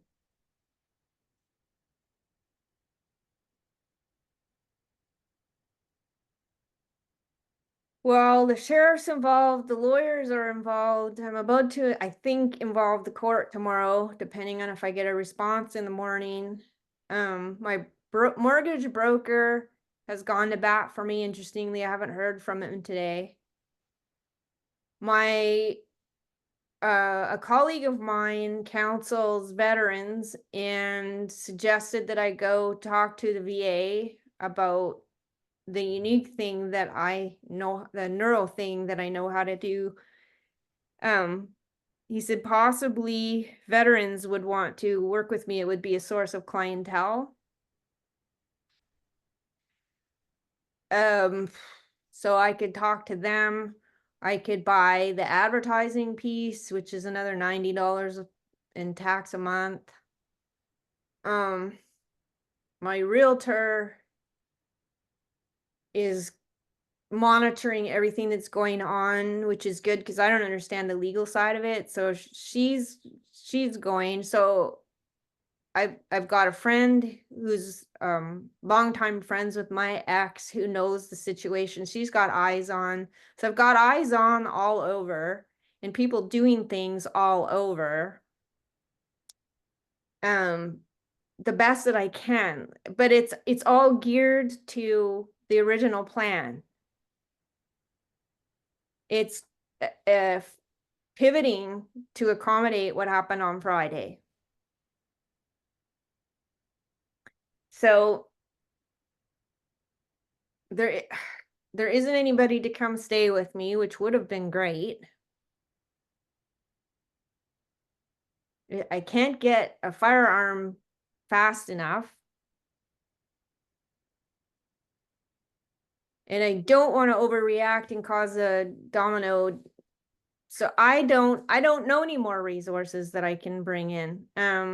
I'm working with my friend that I'm trying to I'm looking up coaches that come up at the top and counselors that come up at the top in Google, and I'm trying to reverse engineer what they did. How many pages? What are you talking about? What language are you using to craft my own and amend my own and just try to be able to compete and put myself in the best position for success. That's all I know how to do. It's just positioning, constant positioning in every sense of it. But one of the things I heard you say was there's an opportunity with the veterans. What is standing between you and going to talk to them, like calling them tomorrow and talking to them? Well, needing to deal with my ex, which is usually what's in the way. So I need to work. If I didn't have to try to be at the courthouse when the doors open at 8:30 to file my declaration and then take that up to his lawyer and all this other crap, just to stop him from damaging my physique or worse, which to me is insane, then I would have the energy to be able to call them. But I can't be on my game and explain to the Veteran Association the value of what I can offer if I'm distracted with what's the lawyer doing, what's the court doing, what's the right? Like I just can't get everything to shut up long enough for me to finish something. And it's high stakes crap. It's not like, oh, the dogs are barking again, or well, I lost my husky yesterday. Somehow he got locked in my car. You know, it's not. And I was Nope. glad because it was trivial. Something small I can figure out. Yay! There he is. You dummy. Now my car stinks. But anyway. Well, when we started this, we were talking about forward, and I think where we got to is forward is figuring out to make money. Money will give you the chances to have the freedom and for the protection. Where are you now versus where we started, based on what you've talked about?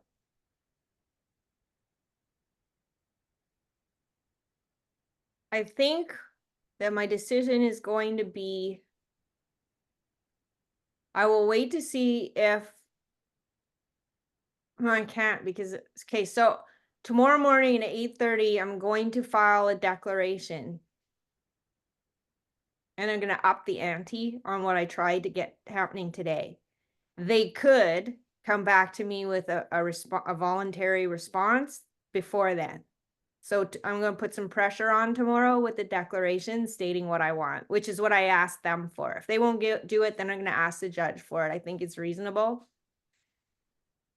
And that'll occupy my morning, which would free up sometime tomorrow afternoon.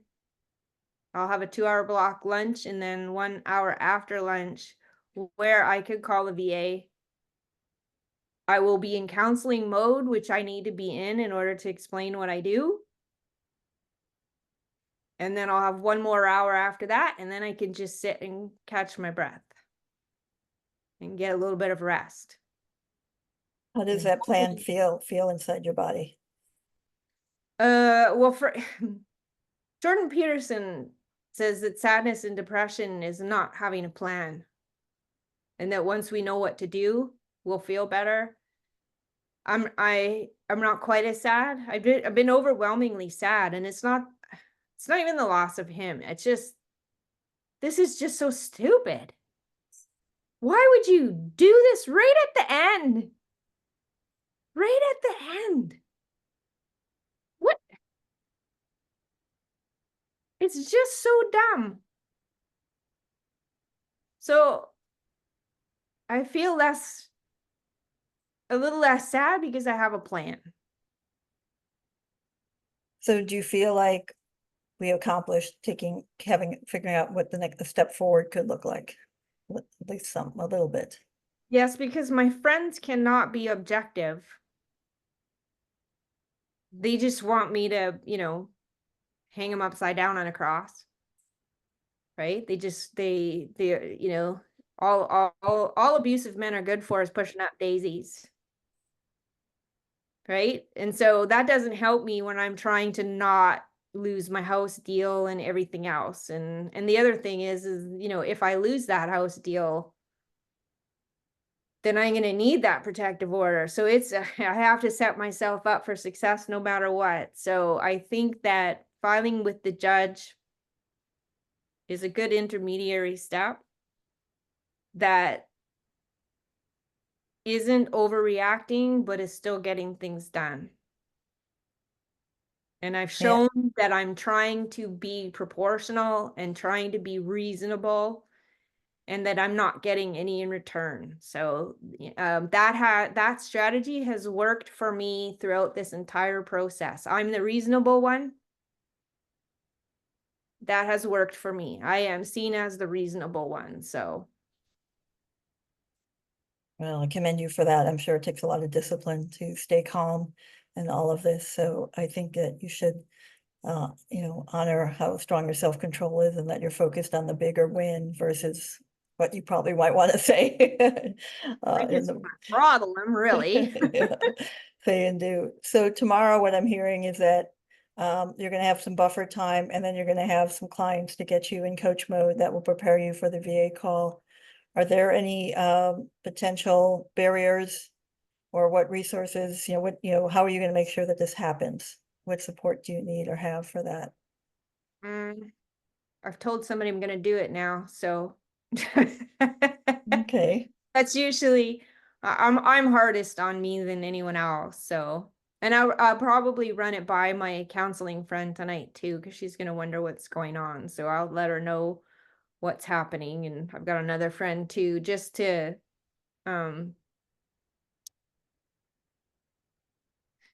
it's just nice when they're checking in. Yeah. Well, again, I want to honor you with everything you have going on. You were present, and you were able to come up with some forward movement. So I just want to honor that. I think you're really strong, and I think you're amazing. And I think you're moving more forward than you may realize, even though it doesn't always feel like it. So keep going. Thank you. Is there anything else you need from me or from the session before we close this session? No, you're the first person that I've talked to about what has gone on today. So It was Well, just thank- nice to not be holding it by myself, because I am by myself. I'm 220 miles from home, so I don't see other faces unless they're a lawyer or a judge or a cop or him. Well, thank you for trusting me with this. And if you're good, we can close. Yep. Okay, Thank you. thank you.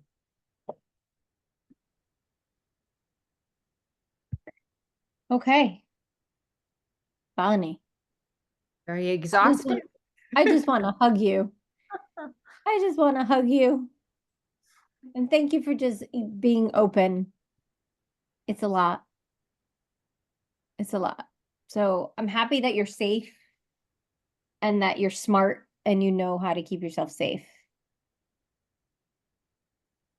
It's good. And I know that I'm speaking for myself and Allison, like you need anything, please let us know for sure. Allison, how was this for you? Well, it was tough, right? Because I'm trying to stay in coach mode. And at some point I said, I don't really care about the coaching, like what I'm supposed to be doing in the markers. I just wanted to be present for her. And so I just didn't, I just said, it's more important to me in that moment. It was more important to be present than worrying about if I'm hitting every checkpoint, to be honest. Yeah. And it was also hard to not interject strategies and ideas and want to be like, I can help you with the calendars. I can do that, so there was a lot of self-regulation on it because you just want to jump in there with her. Yeah. And so I felt like I was almost not emotional, so I wouldn't be emotional.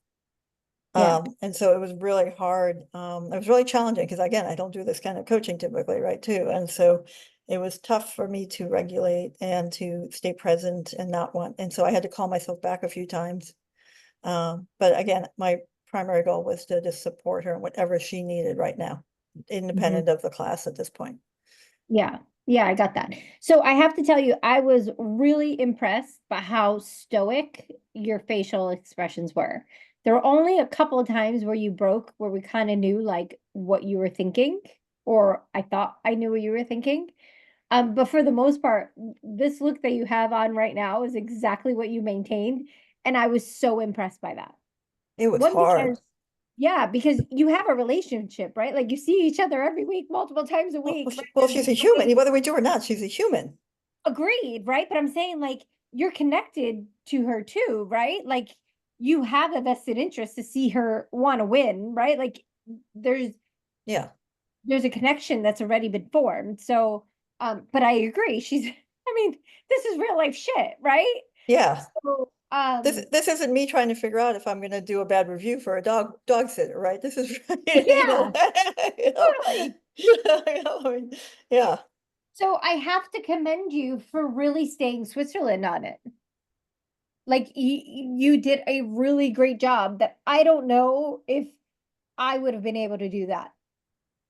So like that is like one thing I just really want to say. Like we had no idea. I knew what you were thinking, or I think I know what you were thinking because I know you. However, I wouldn't know that otherwise. Does that make sense? Okay. Right? So I would love to hear from you. Besides that, so clearly that was like a challenge, but what else came up for you?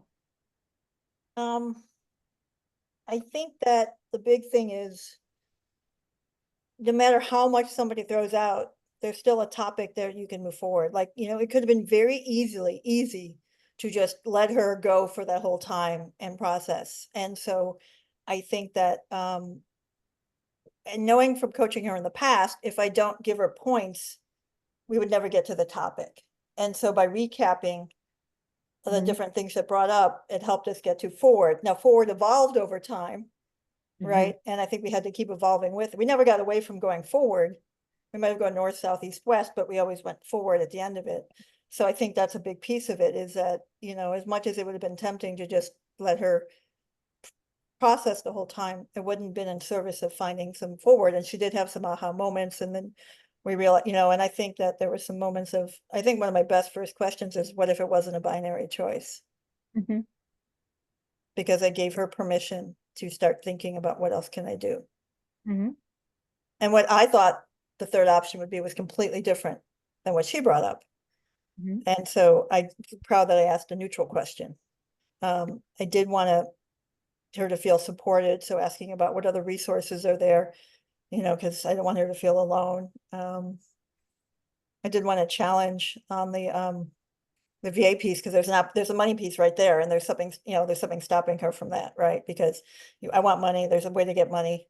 And so I definitely wanted to not direct that, but I did want to stay curious on that. Like, you're saying you want money, there's a path money, what has to happen so you can go to that path, right? And so I thought that was, I was good. I thought that was good. I think there were some times I got a little, like you talked about I got a little lost at some point, and so that was a little tough. But yeah, I mean, I think I don't think it was like my best coaching ever, but I thought that I'm happy that I stayed present with her, and I'm more happily that she has she had a place to be seen and heard and valued and respected, Yeah. and that she actually has an action that she can move forward with. Yeah. And so what would be, you said it's not your best. So what would you do differently? I really feel like I had to work so hard to regulate that it was hard to be as present. Like, it was hard for both of those to exist at the same time. And so I wasn't necessarily, we say in teacher, dancing in the moment, because I was Mhm. really hard trying to, in my head, there was a lot going on in the head through all Mhm. this, right? And so I don't know if I was as present and leaned in because I was trying to self-manage so much. Yeah, I get that. Um, was there anything coming up for you that you may not have asked? I mean, I'm sure you had a lot of questions, but I don't think they're appropriate because it's not my place to interject. They were directive questions. mm, I think I would have checked. I think that she was going through an emotional spectrum on the trip, and I think I would have talked about it more because she went up and down and up. And when I realized that I was gonna catch it in the up, and then she went down, right? And so I think there were times I would have checked in on the emotions. I think they were pretty obvious, the emotions she was going through, but been good to name them and see. And I think control being important, I might have dug a little bit more into control. And yeah, if you have this 2-month thing, well, we did come up money as control, but I would have probably dug more into control. How can she feel control right now? But yeah, yeah, so I don't know. I don't know. I'm a little wiped, so I don't yeah, know. absolutely, absolutely. But you're definitely on the right track, right? Because there is a safety concern, like control is exactly where people go, right? So, I have to agree that if I had to add any conversation that I would have dug into a bit, it would have been that Yeah. for sure. As far as competencies go, I think for the topic, the conversation, the fact that there's a friendliness here, right? Like I think you did really well for a really like I said, all I want to do is just hug you, right? Like I just want to hug both of you to be honest. Like I'm just like it was it was from an outsider looking in, it was like I could see how it's difficult, right? Like I saw it on both sides. Like it's hard for you, Bonnie, because you're living it and like you have all the emotions around it. And then Allison as a coach who's trying to be Switzerland, it's so hard to like not feel for her, not want her to like I just want to put you in bubble wrap and like until this whole thing is done and Well, make and I sure also did, you're good. yeah, sorry, I didn't interrupt. I It's also didn't want okay. to sit into the moment of all the bad stuff going on, right? Because Yeah. it was like, because it's not it's not to coach into, what happened? How did he show up? How did he hurt you? Yeah, So the exactly. nosiness, so there was no place for any nosiness here, right? And so, Exactly. um, and then when she mentioned about going in her car, I had a tough time with that one, right? And I probably would have asked some things and done some things differently there, but it was I was just like, that crushed me. I have to say. So there's probably stuff I would have asked, and that's why I just went to, I can feel your exhaustion and turned it into that, because I didn't know what to do with that, to be honest. So that was one place where it was really tough, because you're like, she's so brilliant and she's so capable. And it just crushed me in that moment. And so that was a tough moment to figure out where to go as a coach, I have to admit. Yeah. Yeah. Got that. So, I mean, as far as the competencies go, you did great, even though you we're like, just forget that. I'm just gonna coach, right? Like, you hit a lot of the markers.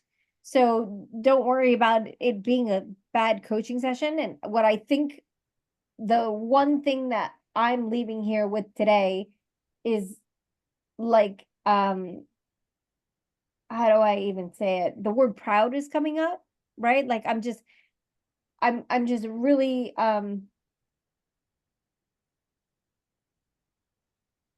honored to have been able to witness this conversation and to see you really step into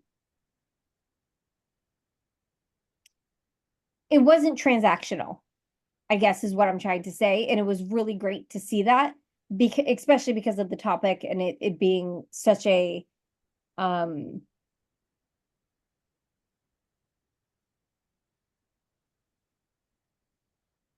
confronting topic.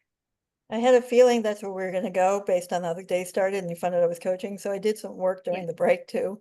I actually was Yeah. doing some jumping jacks and things to get myself alert and then calming at the same time. So I was like, literally did jumping jacks in my kitchen, because get my energy up to be a mentally acuity and then calm myself before. And that's when I also wanted to clear my space. I didn't want any noise, because I had a feeling this is where we were gonna go today. And so Yeah. and so I wanted to do her the honor, because I know she trusts me and she was gonna bring something real, and I wanted to give her the honor of taking it seriously and showing up for her.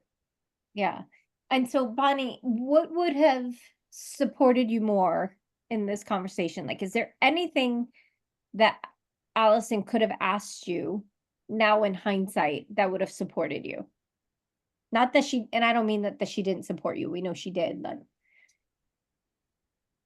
I wouldn't have really known what to do besides listen either. And the thing of it is, I didn't know if I would be a coach E today or exactly what. And I, it crossed my mind, like, what if I am? Do I have another topic? And I'm thinking to myself, there's nothing else on my mind right. at all. It is so all encompassing. And then the next thing that I thought was, her experience.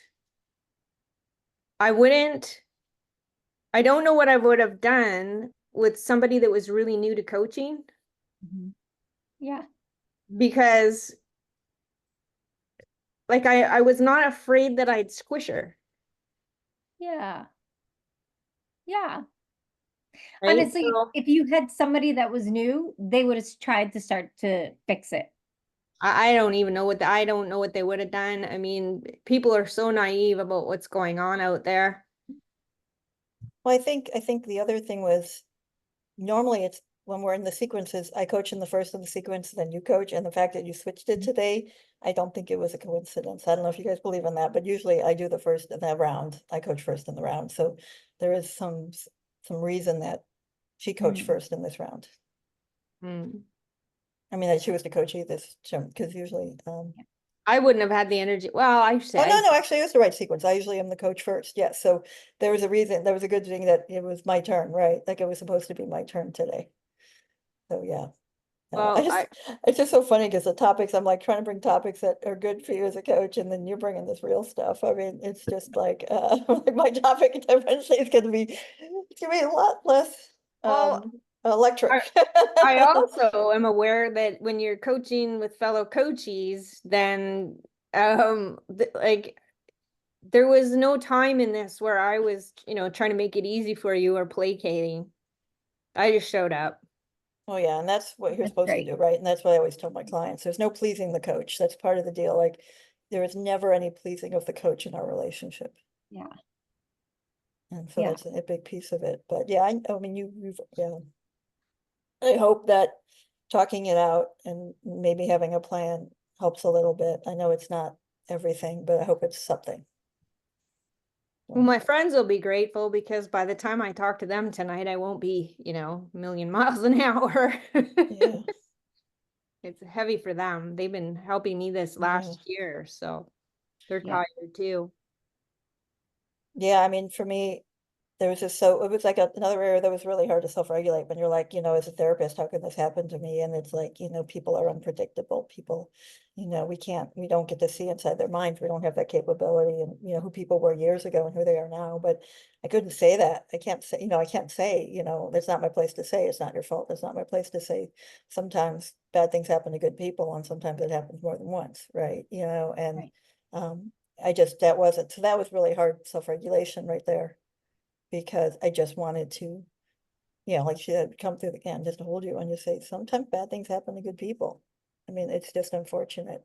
And there's and not to take ownership of it, taking ownership of his stuff isn't your responsibility.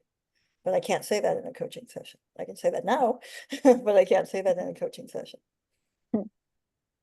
Yeah. And that's the stuff that I had to really manage.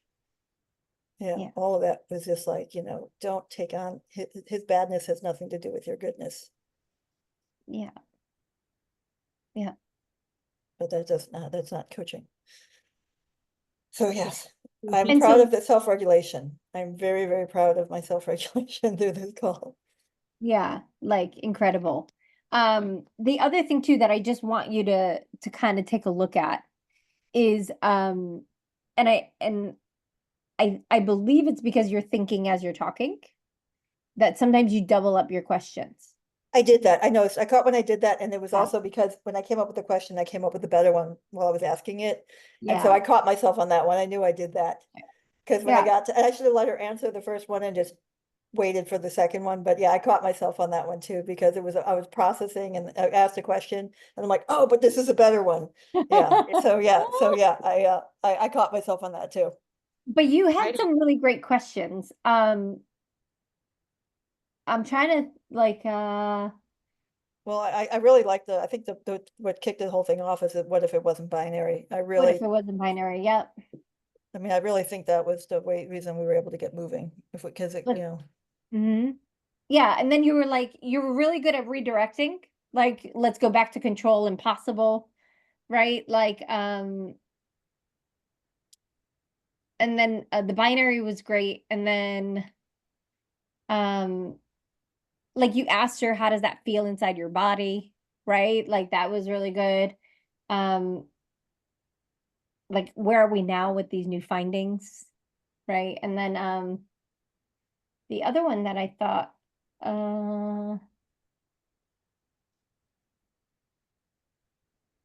and then the other one that I would just say to consider is you said that she looks exhausted, right? And then Yeah, she's yeah, like, yeah, "You yeah, yeah, sound yeah, yeah, yeah, exhausted." yeah. Well, I should have said, I'm feeling what I'm sensing is that from what you just stated is exhaustion. What are you Yeah. feeling? Yes, I know I should have phrased that one differently.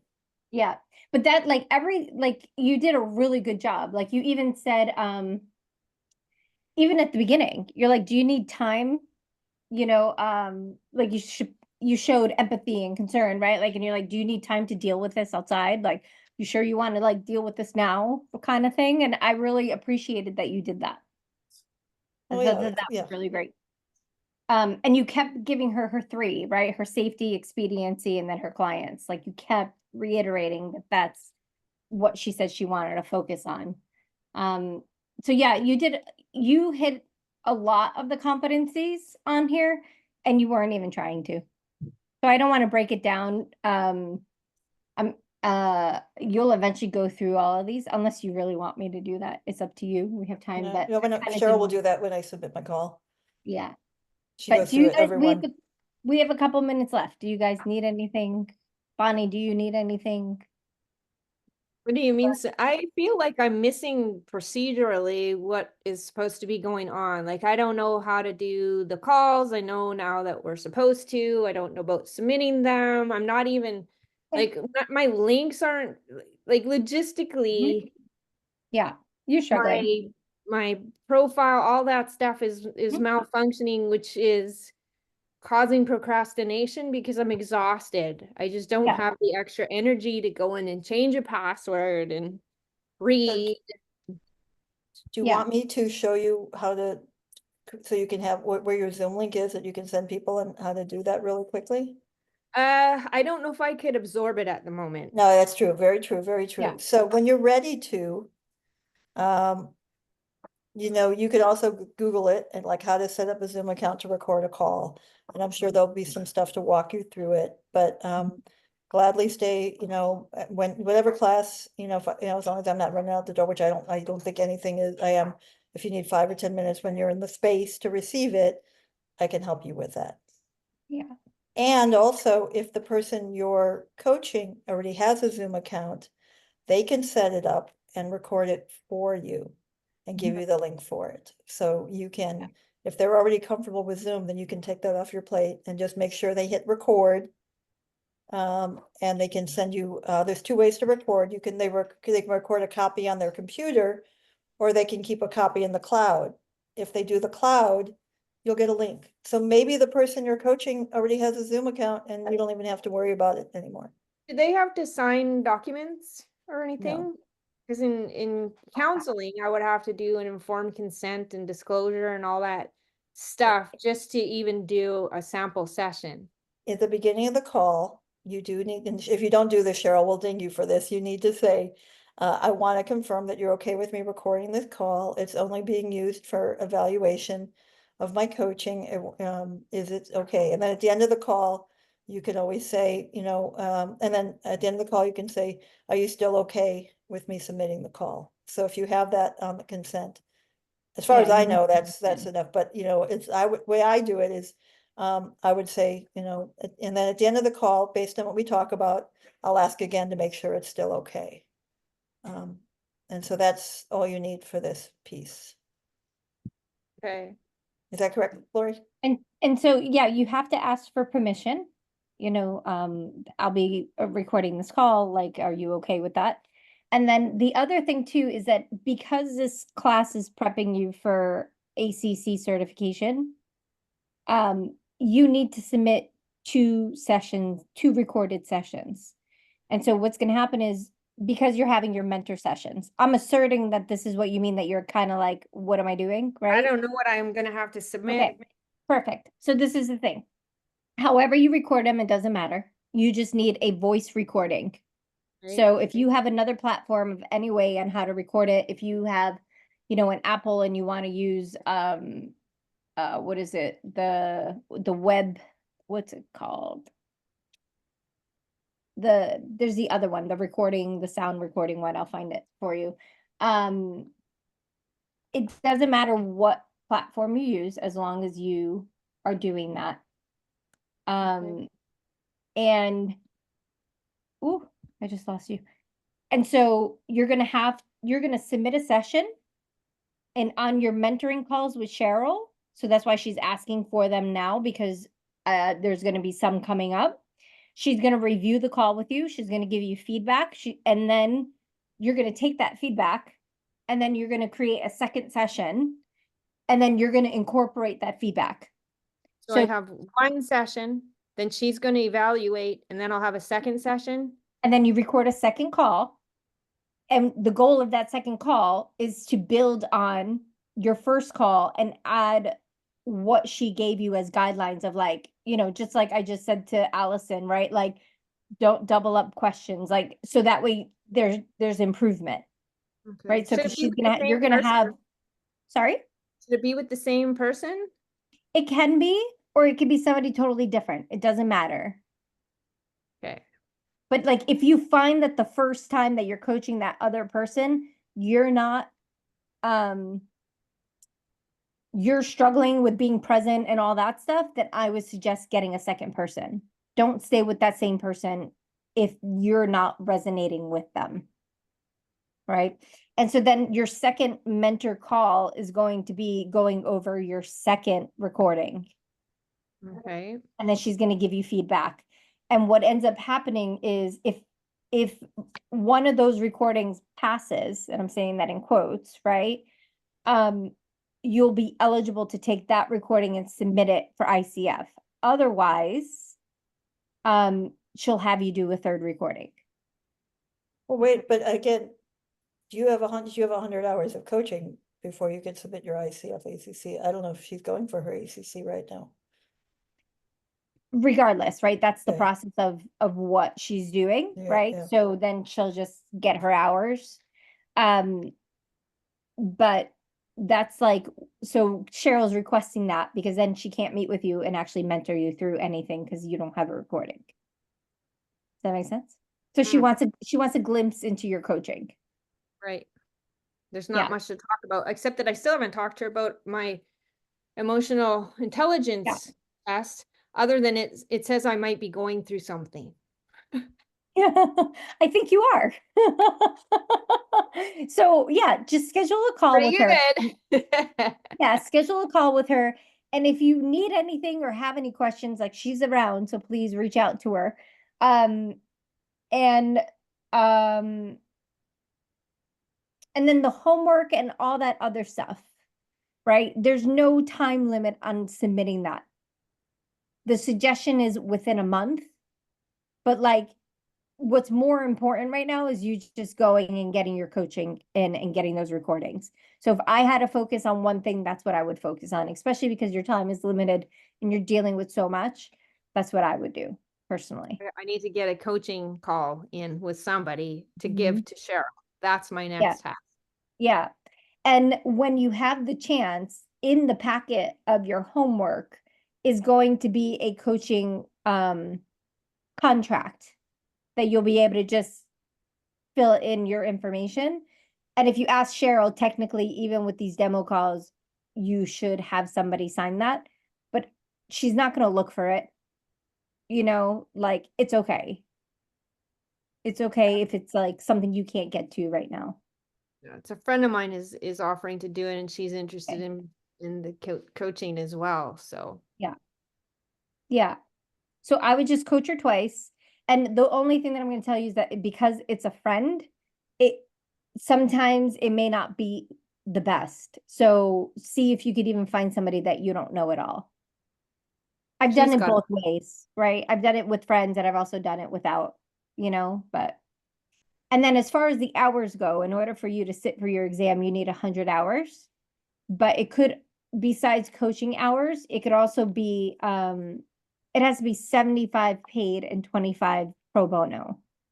So if you coach another coach, so say you and I go offline and you coach me, that counts as paid hours because we're bartering. So you coaching another coach counts as paid. So it doesn't always need to be a monetary value. okay. Okay, That's just so probably a you know. lot for her to consume with everything going on right now. Yeah, and there's no time limit, right? Like, so don't worry about that. Like, get through what you need to get through, but the more important the one that's a little bit more time like critical is just getting Cheryl a recording. So if you can do that with your friend, that's great. And if you have a problem with Zoom and all that, let me know. I'll set up a meeting for you and you could just do it that way. Okay. I have a couple of different people that like I have another friend that I could work with too. She has Zoom, so Perfect. I Then have just her And record. and set yourself up for success. Tell them ahead of time, bring one thing that you want to work on, right? Not like these Mhm. big life-changing topics that you'd like, set yourself up for success. So, if you could bring one thing that you want to focus on the call, think of it ahead of time. Let's not boil the ocean. So, do yourself a favor for the recording. In real life, you don't get to do that, right? Right. Yeah, that way you can do that. So like for my samples for this class, I'm gonna use coaches, but when I go to submit for my PCC, I'll probably use real clients and just give them a gift of an extra half-hour session. Yeah. I want the win of doing it with, it would mean more to me getting my PCC with my real clients versus coaches who know how to play the game. Yeah. Yeah. Okay, so Okay. Bonnie, you take care of yourself Yes, Okay. Bonnie. and be kind to yourself in this. Exactly. And if you need anything, please reach out. Come and find us. We're Yeah. here. Like we know you got friends, but sometimes it's good to talk to somebody totally different. And guys, this Mhm. is it for me with you. So you Oh, need, thank you, Lori. please come find me. Like I'm all over social, like just, I'm happy to support you guys any way that you can, that you need. So, okay. Thank you for everything. Yeah, thank you guys for showing up. Like, I have to tell you, y'all are a treat. Like, I'm like, thank you. Thanks for showing up. Thank And you. Bonnie, I can't wait to see you on the other side of all of this because there's nothing but greatness coming to you. Yep, Mhm. and I'm looking forward to the update on Wednesday that you reached out to the VA people. That'll be an interesting thing. Yep. Okay, well, I'm gonna see you Wednesday, so I'm looking forward to that update. Oh, crap. Now I have to be accountable. You do? Thank Okay, good night, everybody. Okay, you. good night. And you take care of yourself in Florida there. Good luck getting everything back Yeah. together. Thank you Yeah. so much. All right, Bye-bye. be good, you too. Bye-bye.